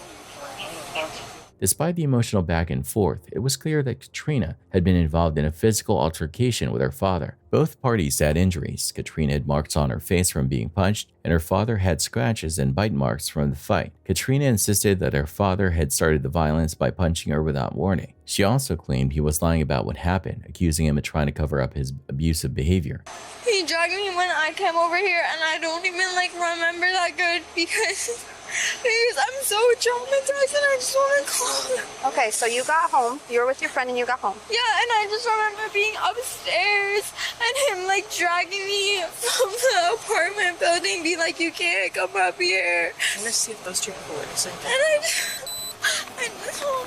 Why does he have bite marks and scratches over him? How did that happen? Because we argued and because I brought him to the ground after we argued, but that was because after he hit me. So he hit you first. Where? On your eye? Do you mind if I feel it? Yeah, feel it because it hurts. It's right up here. Even though Katrina maintained she was the victim, officers ultimately decided to arrest her for battery. They based their decision on the physical evidence and her father's version of events, which seemed to match the injuries he had. Because literally when she bites, she clamps down on me. I didn't see that before. Can you roll your sleeves up a little bit so I can get another picture? Okay. This is what happened. Yes. And just hold them out kind of like this. Perfect. He punched me in the face. It hurt super bad. So he randomly just punched you in the Yeah. face?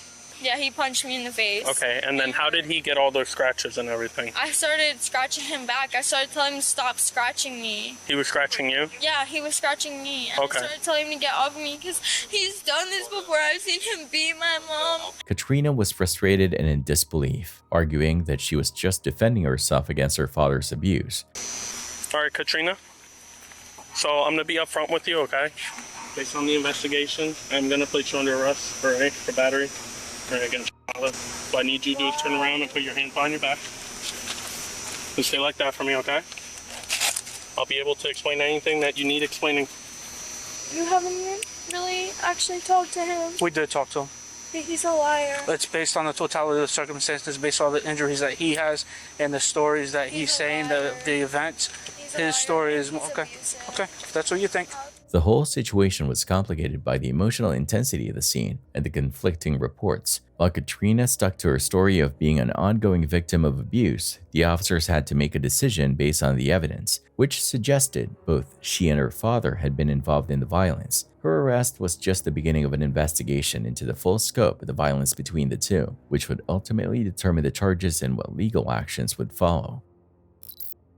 A shocking moment caught on video shows a dump truck speeding wildly down a road, swerving into the opposite lane. The 61-year-old driver was in the middle of a seizure, completely unable to control the vehicle. The truck slammed through a utility pole, cut across 3 lawns, and then crashed into a house at about 40 miles per hour.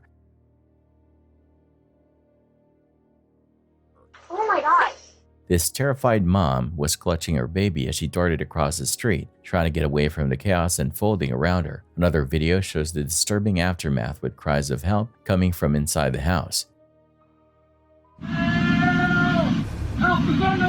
This happened in Woodbury Heights, New Jersey. A 72-year-old man was relaxing in his chair at home when disaster struck. A dump truck, out of control and moving fast, came barreling through the neighborhood and slammed straight into his house. Neighbor Derek Keating said the homeowner ended up trapped inside. The homeowner and the driver both survived. Do you believe in miracles? I'd say this qualifies as one.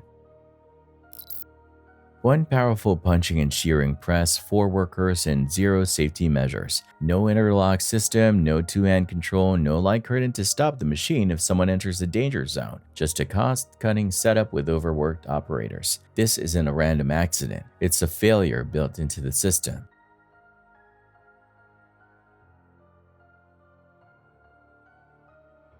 Incidents like this are frequently described as one-off tragedies, but in reality, many are the result of systemic design failures and preventable conditions. This short video shows a traffic jam causing miscommunication. Eventually, a collision occurs, sending the men tipping over. Watch this.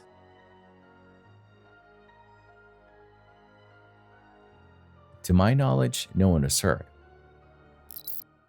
Afraid to go on rides? Show this to your friends who make fun of you. Maybe you'll get them on board.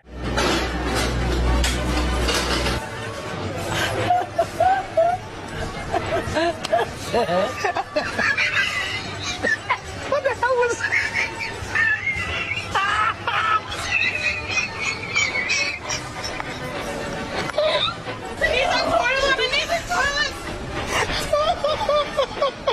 Oh my God! Oh!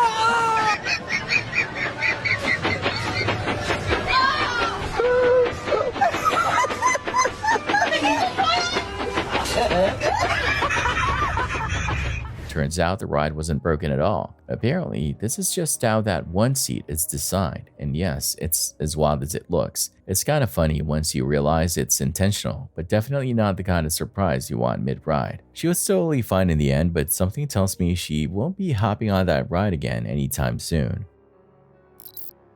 Surveillance footage from a shop in Myanmar captures the exact moment a powerful earthquake strikes, sending shelves toppling and products flying through the air.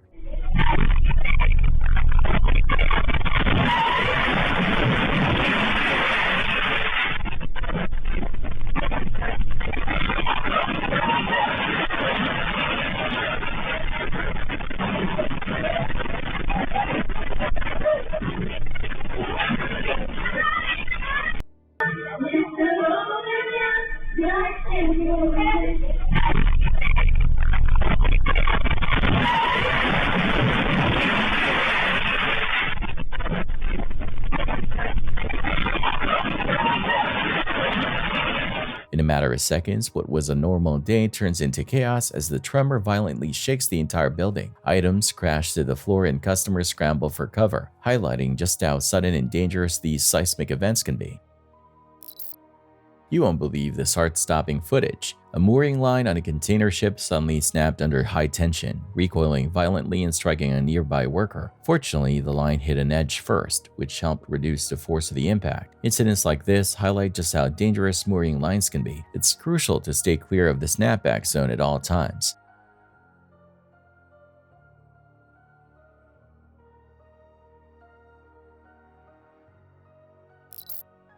Trying to rob a convenience store is already a bad idea, but doing it with a fake gun takes it to another level of foolish. Despite this guy's bold approach, the clerk doesn't even flinch. He stares the would-be robber down, clearly recognizing the plastic toy in his hands for what it is, and knowing full well the guy isn't a real threat.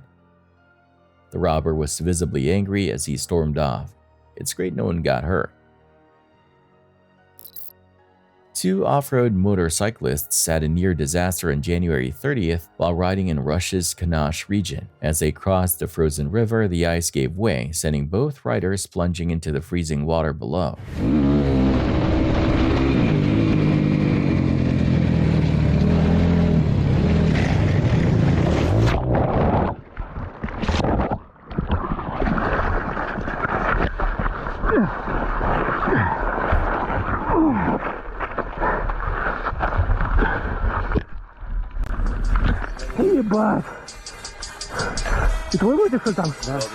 The lead rider was cruising across a frozen river when the ice suddenly gave way, plunging both him and his motorcycle into the icy water. The rider behind followed the same path and met the same fate. Both racers were injured, one with a broken collarbone, the other with a shoulder injury. It's a harsh reminder that extreme sports come with serious risks, and proper precautions are never optional. This video is crazy as police had to have young ones from their father who had just wounded their mother, aka his own wife. On July 24, 2016, a custody dispute between a separated couple in Volusia County escalated into violence when Emmanuel Rosado shot his wife in the leg with a rifle. The horrifying part? Their three young ones witnessed it all. Deputies raced to the scene, ready to put themselves in danger to prevent what could have become an even worse tragedy. Sheriff's office, come outside! Sheriff's office! They're right here in this room, but I got no cover. Show me your hands, now! Open the door! He just barricaded.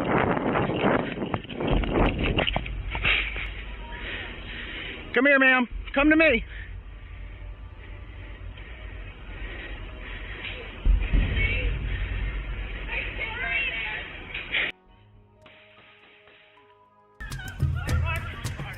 Stay down, ma'am. Stay down. Stay down. As gunfire erupted, one officer stayed low behind a tree while another made a bold move, rushing into the line of fire to pull the injured woman to safety. She had jumped out the window after being shot in the leg, while the shooter, Emmanuel Rosado, kept firing his rifle.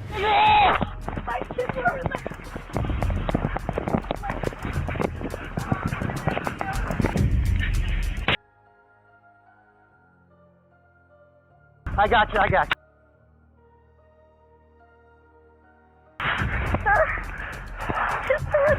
I know, baby. I know. Here, come here, come here. Come here, sweetheart. Come here, buddy, come here. Come here. Come here. Come here.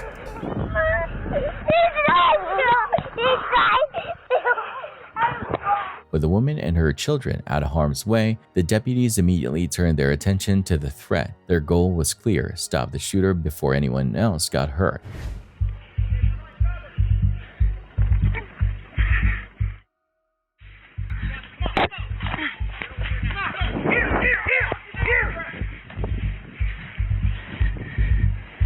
What do you got?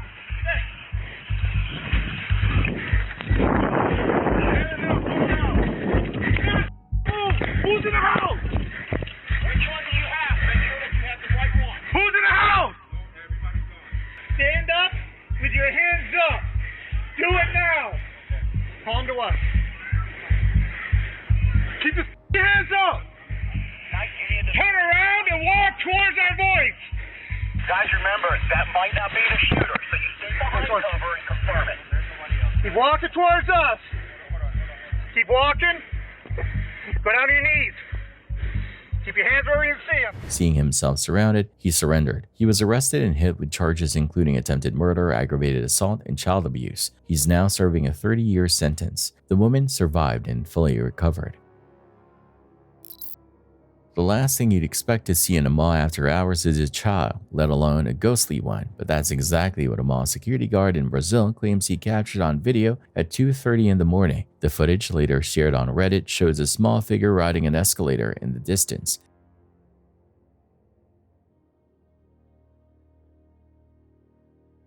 Why the escalator was even running at that hour is a mystery on its own. The guard rushes over to check it out, but when the camera pans up, there's no one there.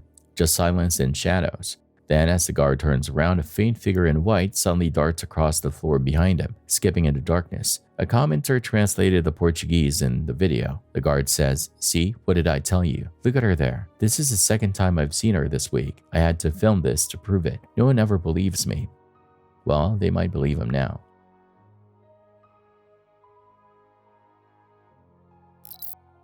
A widely shared video on social media captures a chaotic scene in West Bengal's Hooghly district, where an elephant causes havoc.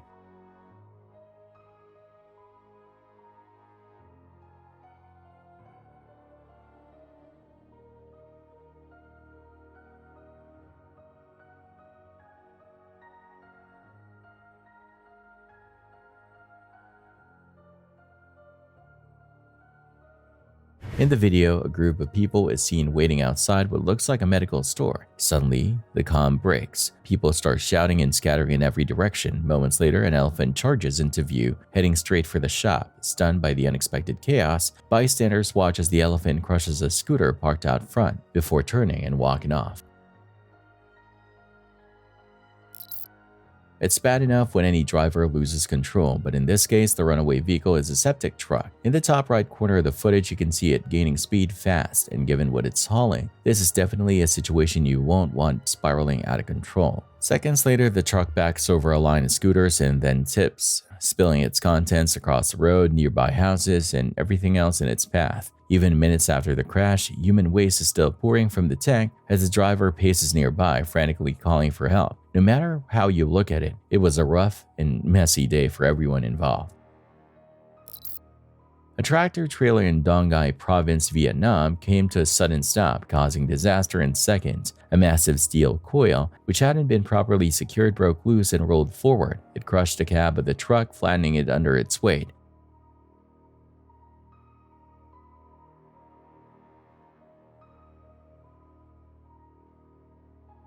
The trailer had been hauling 3 large steel coils when things went wrong. The coil position closest to the truck's cabin wasn't properly secured. The chain used just wasn't strong enough. When the driver came to a sudden stop, that coil broke loose and rolled forward, crashing right into the cabin and crushing it. Incredibly, no one was injured, not even the driver. In Navi, someone set up fireworks carelessly and the launchers ended up firing directly into the balconies of a nearby apartment building. The blasts shattered windows and sparked a fire, turning what was supposed to be a celebration into a dangerous accident.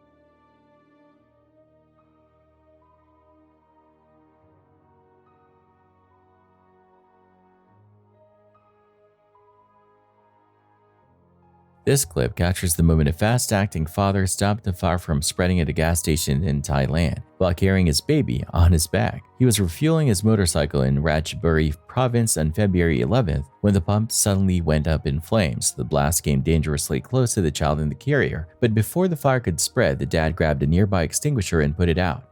Thankfully, no one was hurt.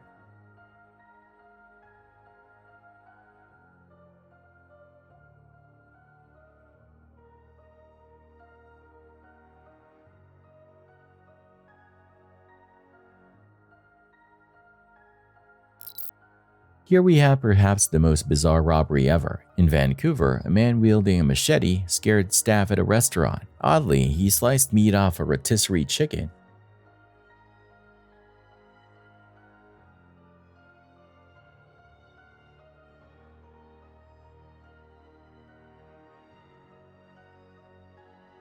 But he didn't stop there. Soon after looting, he smuggled sauce bottles. According to sources, Sidney Hayden, the suspect, was arrested blocks away. He was charged with robbery and possession of a dangerous weapon for sinister intent. He must have been really hungry. In one of the UK's oldest pubs, Ye Old Man in Scythe in Bolton, something chilling was caught on camera. At 6:18 a.m., the pub's CCTV system suddenly stopped. When the staff reviewed the footage, they noticed something eerie just before the cameras cut out. A shadowy figure standing by the bar. Manager Tony Dooley had come in that morning to find a glass shattered on the floor. Suspicious, he checked the video and spotted what looked like a ghost. The experience shook him. While he'd always been skeptical of the paranormal, seeing the figure made him rethink things. He'd heard odd noises in the pub before, but chalked it up to the old building creaking. Now he's not so sure, and it wouldn't be out of place for this pub to have a few ghosts lingering. After all, it dates back to 1251. The building even witnessed a deadly massacre in 1644 and is rumored to house more than 25 spirits, including a dog and a young girl. But the figure in this video wasn't small. It towered over the bar. So, was it the spirit of James Stanley, the 7th Earl of Derby, or something else entirely? You decide.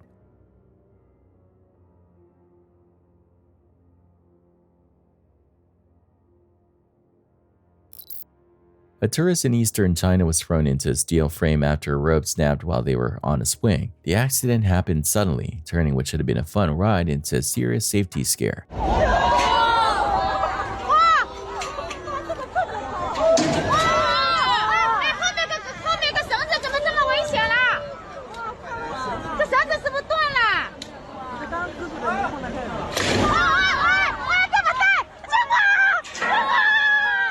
A disturbing video from January 26 in Ningbo, Zhejiang province shows the moment a swing rope suddenly snaps, sending the rider crashing into a steel support frame. The impact was brutal, first as he slammed into the frame on the way down, then again as the swing flung him back up. Reports say the man suffered a broken leg and required surgery, but is now in stable condition.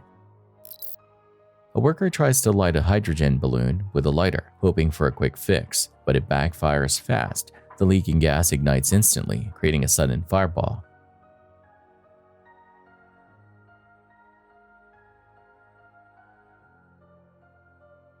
Open flames and flammable gases don't mix. If you're dealing with pressurized or hydrogen-filled items, always follow proper safety procedures.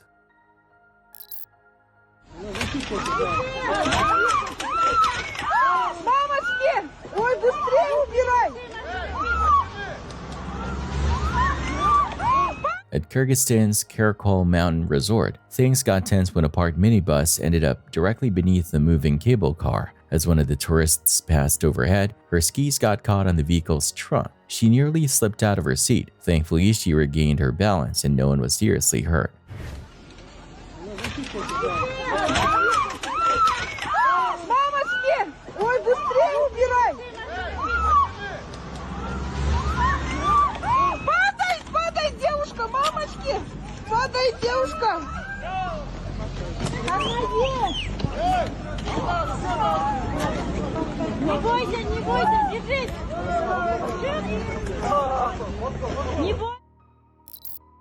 In southern China, two quick-thinking boys helped save a girl from falling over a high wall by holding onto her hands until adults arrived. The video, filmed in Chongqing on February 26, shows the girl dangling dangerously while the boys gripped her tightly.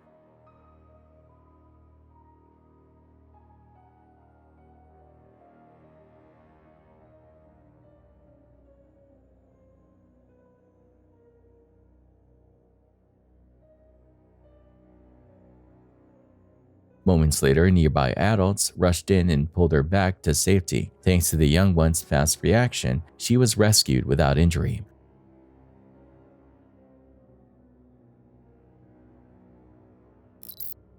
A massive gas pipeline blast in Putra Heights, Malaysia, sent a towering mushroom-shaped cloud into the sky, drawing comparisons to a nuclear detonation due to its size and intensity.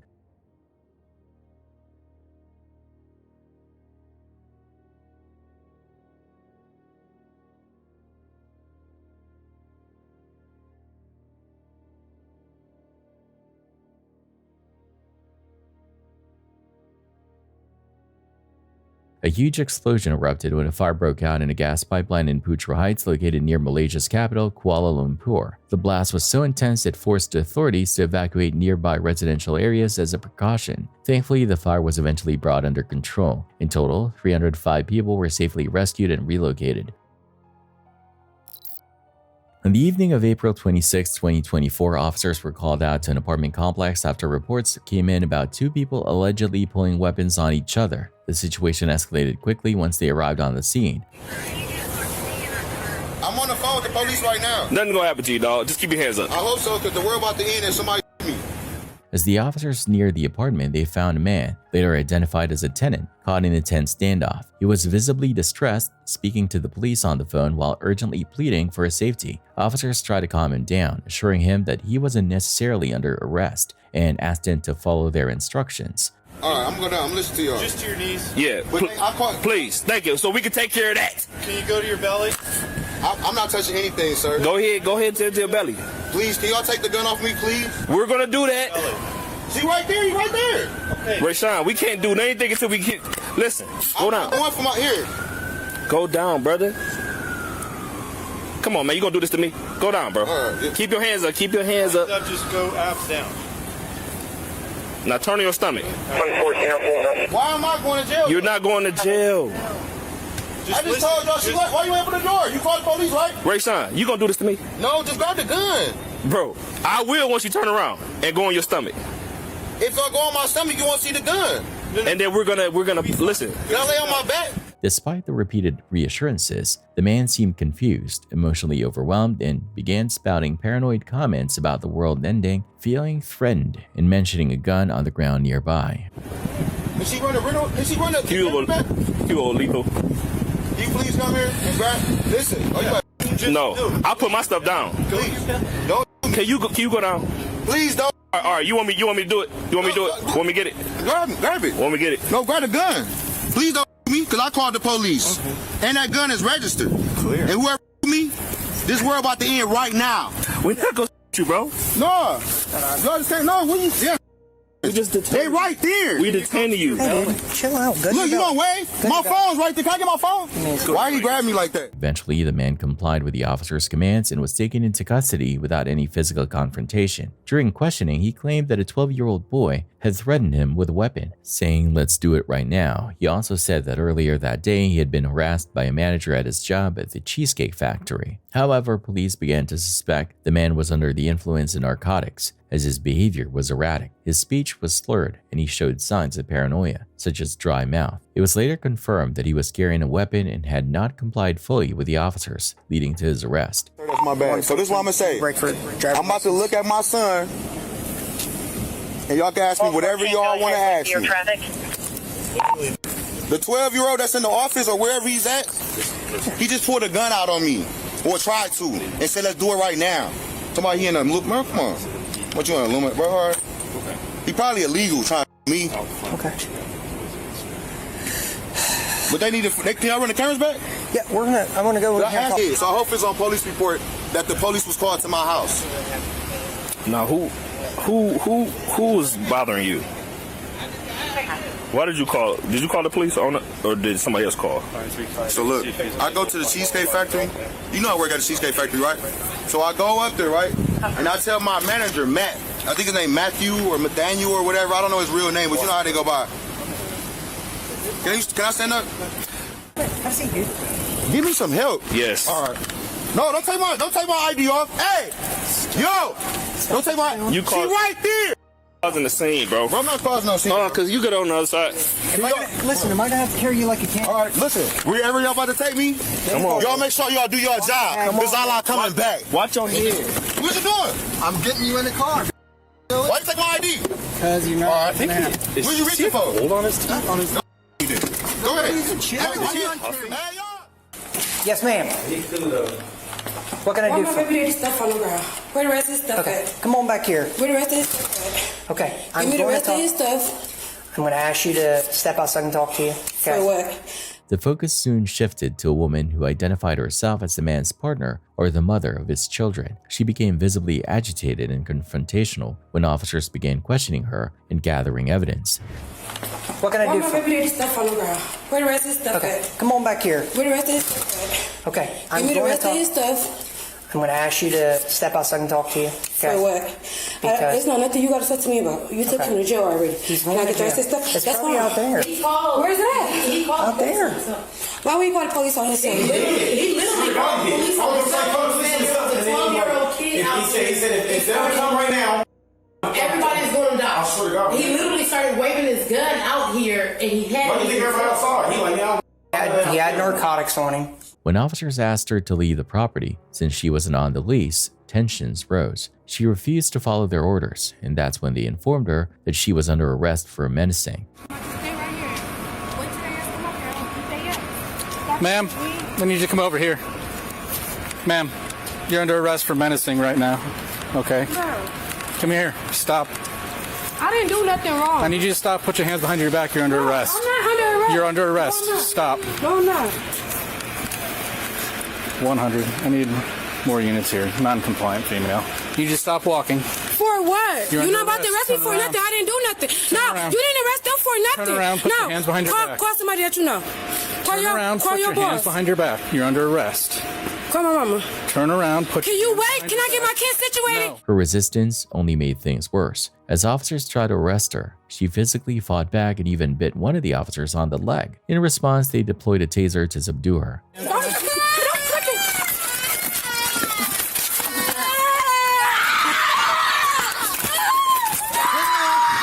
Get to your stomach. Hey, don't bite me. Don't bite me.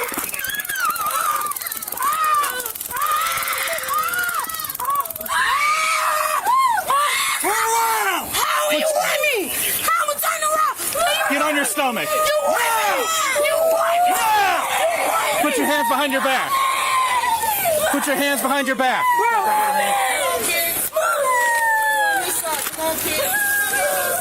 She was eventually restrained and handcuffed, all the while screaming at the officers, accusing them of using excessive force and insisting that she was being treated unfairly. She demanded her phone to call her mother to care for her children and threatened legal action, claiming police brutality and misconduct. Medics were called in to treat the officer who had been bitten and the woman who had been tased. While officers and EMTs worked to calm her down and address her taser wounds, she continued to protest and express frustration. Despite her ongoing distress, the situation was eventually brought under control. She was placed in a police vehicle, still loudly voicing her displeasure. As the dust settled, witnesses including the apartment complex's property manager gave statements. The manager noted that the man had generally been peaceful in the past, but his behavior had become increasingly erratic. They confirmed that drugs were involved and explained that out of a personal relationship with the tenant, they had avoided calling the police in the past. In the end, the woman was charged with disorderly conduct, assault on an officer, and resisting arrest, while the man faced charges of aggravated menacing, carrying a concealed weapon, and drug possession.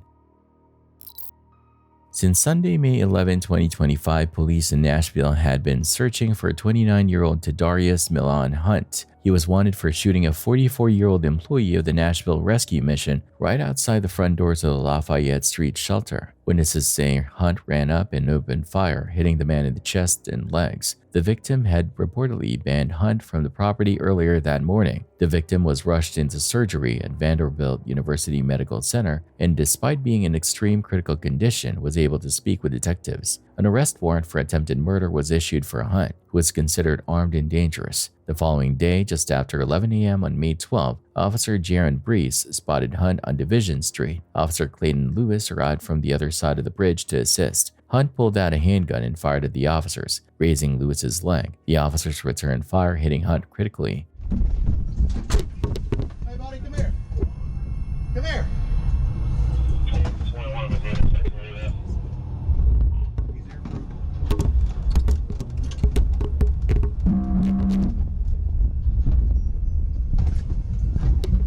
Hey, let me see your hands.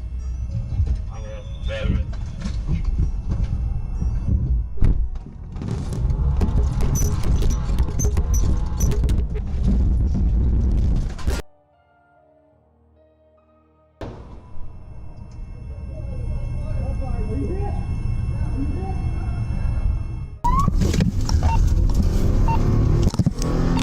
Reese, I'm coming across the bridge on Division now. Where you need me?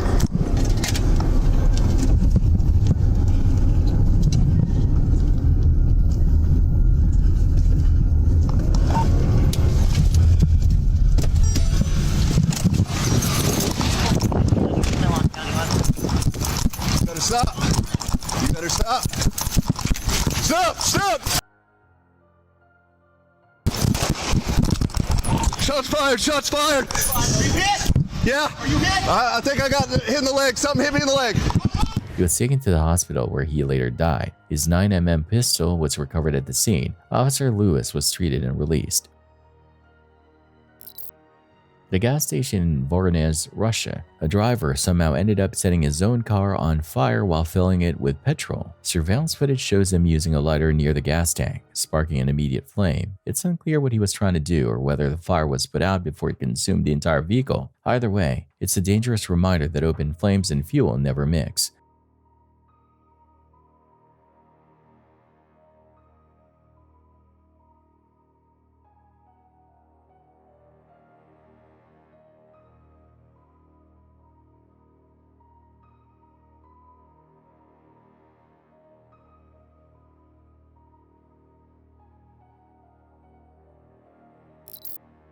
Check out this terrifying footage of a mother and her young one. Just avoid tragedy.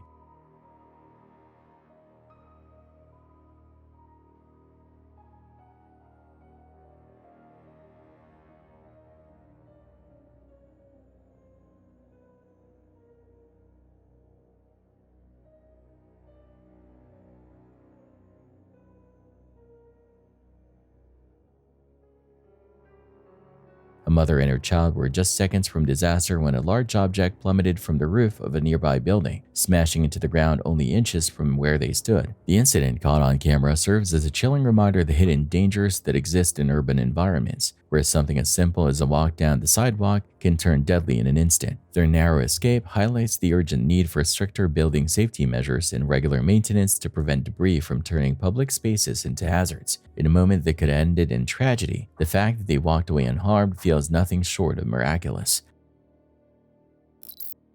Seeing a fuel truck barreling downhill, the rider quickly veered off to the side of the road just in time to avoid a dangerous collision.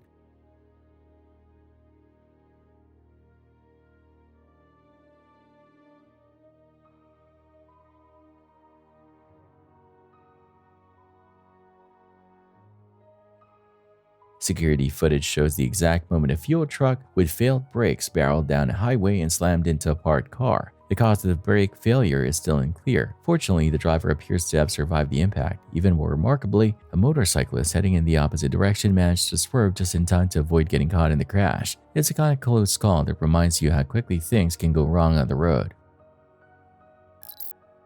On June 6, 2024, police were called to a furniture store after employees reported that a woman who had been tied to a $30,000 fraud case at the same store about a year earlier had shown up again. Take a look. I think she's probably about to do something today. That's why they called. They just want her ID'd and escorted out. He's deciding if he wants to actually trespass or not, but at the very least we can try to ID him. Sounds like she has a couple different aliases. Trespass would give us the hard cement of we need to get your ID now because we need to put on record. One with the hat on. Copy. So we can. They want the trespass to be issued for both. Go ahead. Hey, ma'am. Can I talk to you? Yeah. Do you have an ID on you? Yeah. Yeah. So the store is telling us that there's something going on between you and them. Me and them? Yeah, that's what they're telling us. So. I've never done nothing. I'm confused. Okay. Well, they're telling me one thing. That's why I'm coming to talk to you, and that's why I'm requesting your identification. So. Okay. It's in the car. That's weird. How? We just walked in the store. Okay. I understand. Whatever you have going on with them, I'm not exactly sure the depths of the details, but it sounds like they're expecting or investigating you for some kind of fraud or something like that. So, go I didn't ahead. even apply for that. I'm just telling you what they told me. Officers confronted the woman and this happened. Ma'am, do you have an ID on you as well? I was talking to her. What's that? What you mean by that? Look, I just explained to her you guys are... Get your cars, because that's where I was for a lawsuit. So, I'm like completely... Right. The store is suspecting you of some kind of fraud, like I said. Why? Because we're black? No, not at all. How is that? I've never heard of it. They're letting us know that you two have supposedly, allegedly committed some kind of fraud at other locations. They recognized you, so they called us. No, never. Comments on the video weren't pleased with the woman suggesting this to be a race issue when she appears guilty. Keep watching. Do you have your ID, ma'am? Yeah, and I would like to apologize. Apology from who? From the store and whoever else. That's crazy to me. Is your middle initial Z or L? Do you think that's her? The first one? I don't know. She has 2 DLs on her too. 2 driver's licenses? Yeah, I saw the back one sitting in the purse, and she tucked it back in and she gave me this one. Okay. I'm convinced that it's her though. She looks a little different, huh? When was it issued? Might just be like an old photo or... Hey, it's Demby. Hi, could you do me a favor and call Downers Grove and see if actively investigating the fraud? I'm not sure exactly when it occurred, but it sounds like within the last probably week or so. Apparently this individual uses a bunch of different IDs. She has a couple different aliases that the store's been passing around. They're convinced it's her, so I want to make sure I actually have the right person before I go issuing a trespass just yet. So there's no reason why they're telling me that you guys are being investigated for fraud? No reason. And then he just said they're going to give us the no trespassing. For what? Well, again, they have enough to believe that you have committed fraud at other locations, right? That's, again, why they're calling us in the first place at all. Otherwise, we wouldn't be here if they didn't. I didn't even know that was a thing, like, to suspect somebody of fraud that never even did a transaction. To suspect somebody of something, you don't necessarily need to know 100% that they committed. Unsuspecting them? To investigate the possibility of a crime being committed, sure. I've never heard of that. Oh, 1 sec. All right, it's Officer Andrews. I got a pretty good feeling that the ID that the first one gave me is not going to be her. She looks a little bit different, and she seems a little bit older. So I guess the ID belongs to somebody who's 22. The address, she verified her date of birth. Tell me, Tempe.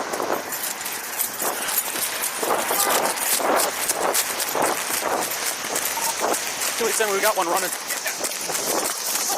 Get on the ground, do it now. Get on the ground. Stay down. You're under arrest. Cuffs. Go check on her. Stop pulling. Stop reaching.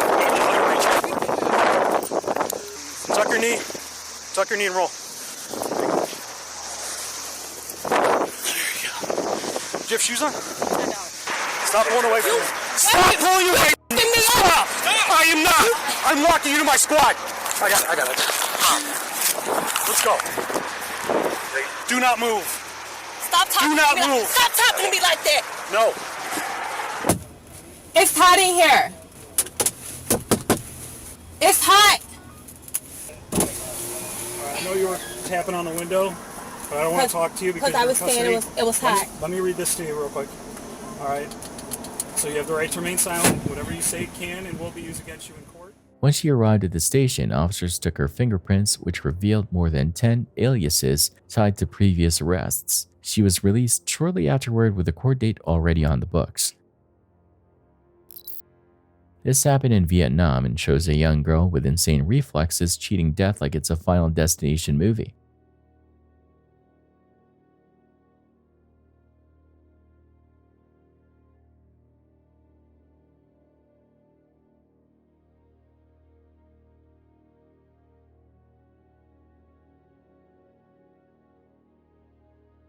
The moment she stepped into the room, something felt off, and she instinctively turned and ran. Just seconds later, the ceiling came crashing down. Her quick reaction and sharp instincts likely saved her from what could have been a life-threatening collapse. On the morning of March 30, 2025, an Overland police officer pulled into a gas station parking lot on Page Avenue after getting an alert about a white Chevy Sonic linked to an aggravated battery case involving an officer in Caseyville, Illinois. When officers approached the car, they ordered both the driver and passenger to get out. The passenger did, the driver didn't.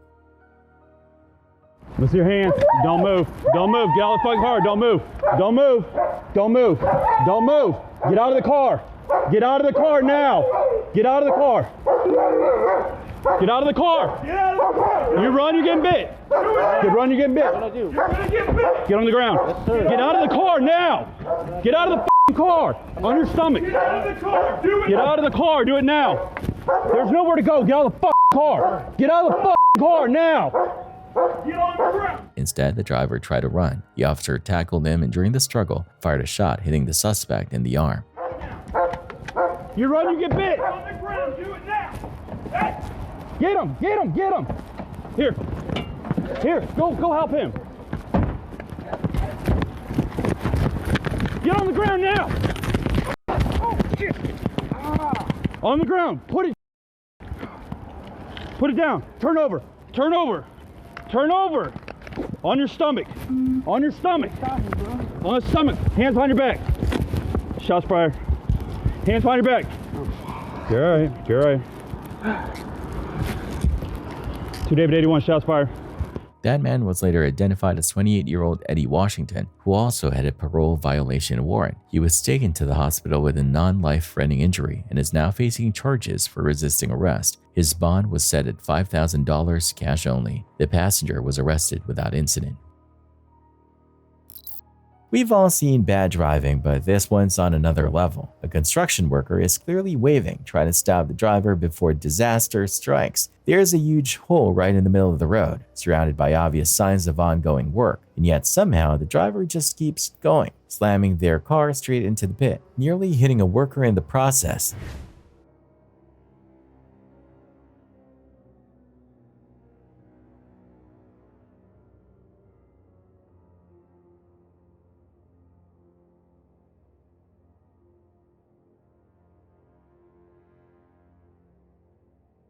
The craziest part? We never even get to see who was behind the wheel.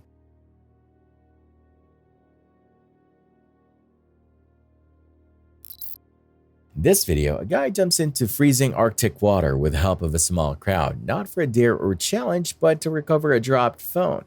2, count of 3. 1, I got it. 2. You killed it. Yes. Guy, man. Oh my god. You ready to pull him up? Yeah. No, he's got his light on. Yeah. Don't pull him yet. Oh yeah. Yeah! What's really insane is he managed to find it. Still, you should never try this, people. An insane machete fight broke out at Northland Shopping Center in Australia, sending the entire mall into lockdown. Police say around 10 people were involved, including a 15-year-old. The group split into 2 rival teams, some of them armed with knives, and clashed inside the busy shopping center. One person was left in critical condition, and witnesses described the scene as terrifying. The brawl, which involved around 10 people, some armed with knives, left one man in his 20s critically injured and sent the entire mall into lockdown. He's now in stable condition. Officers arrested 2 individuals, including a 15-year-old, who are currently being questioned. Authorities believe the fight was planned and that both groups knew each other. What do you think? On August 6, 2022, something pretty upsetting happened at an apartment complex in West Palm Beach. A little boy about 3 years old was found wandering around the parking lot all by himself. He kept calling out hello, clearly hoping someone would come for him, but no one showed up. People nearby noticed him, but there was no parent in sight. One concerned person stepped in and gently got the boy to walk with him while they tried to figure out where his mom was. Hey man, what's your name? Okay, listen, I'm gonna put this badge on you, okay? I'm gonna make you a police officer right now, okay? You gotta help me out. We gotta find your mommy. Can we walk and find out where your mom is at? Okay. Yeah, we'll walk around for a little bit. Just walk around. Call the office. No, mommy's over the moon. Over the moon? Yeah, over the moon. Over the moon. We'll walk around and we'll start knocking on doors. Yeah.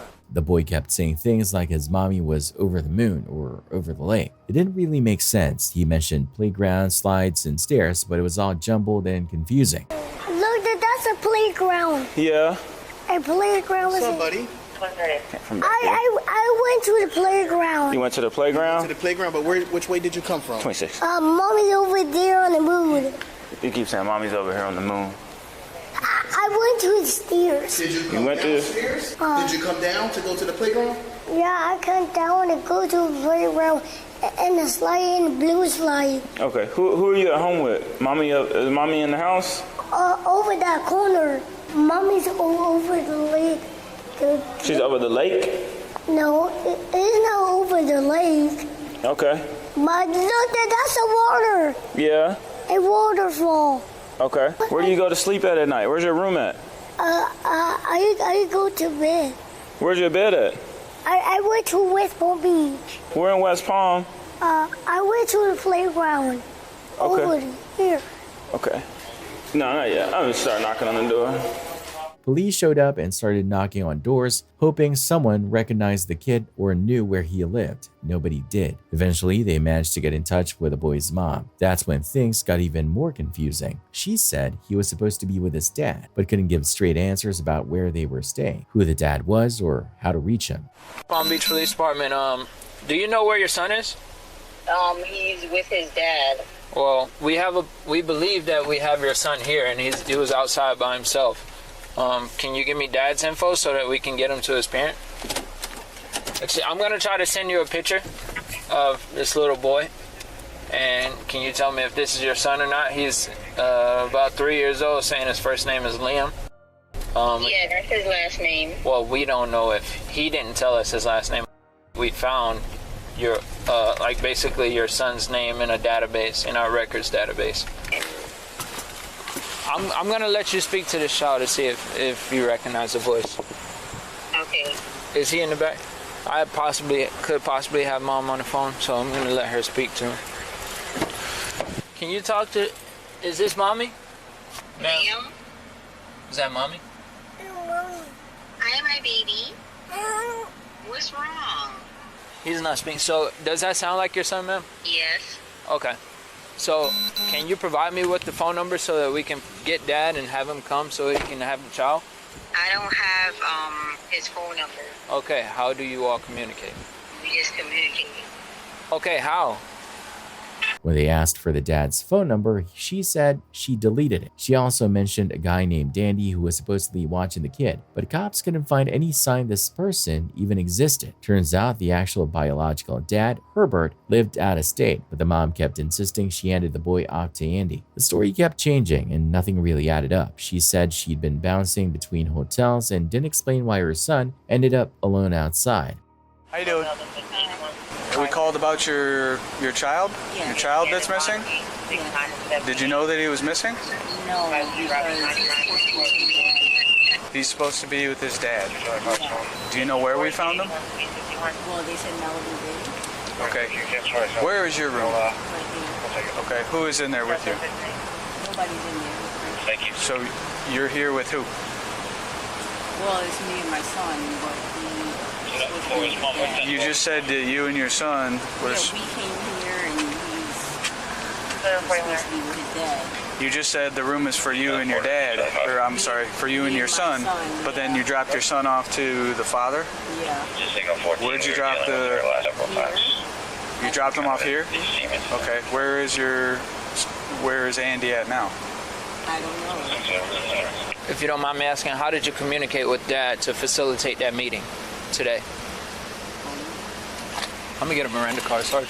When police asked if she understood how serious it was to leave a small child unattended, her answers were vague. Officers tried to stay calm and explain everything to her clearly. They reminded her of her rights and said they just wanted to get the full story for the sake of the child. But communication was all over the place. She talked about texts that weren't actually texts and mentioned godly people who somehow connected her with a father. It was clear she wasn't giving them the whole picture, or maybe she couldn't. All right, so you understand, I'm asking you these questions and I've been on the phone with you. It was me that you were speaking to. I've been on the phone with you because I'm trying to assist. Because as of right now, I'm concerned for the well-being of the child. Nothing is really making sense right now. Basically, your explanation of how things happen. We understand things happen, okay? However, when somebody is being very evasive when we're trying to help them, it looks bad, very bad, especially when it involves a child.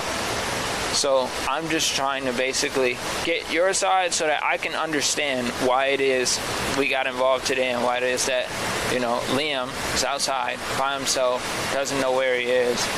Okay, he's supposed to be with his dad. Is there like a court order or anything like that? No. Okay, how do you all often communicate? By phone? Yeah. Okay. Something like that. Okay, I don't understand why you're uneasy right now. 916, Turn around. dinner detail 10. Put your hands behind your back. You're under arrest, okay? Put your hands together like you're praying. Under arrest, okay? Why? Have you ever heard of child neglect? Yeah, but I didn't neglect my child. Do you know what that means? Can you explain what child neglect is? When you don't take care of your kids.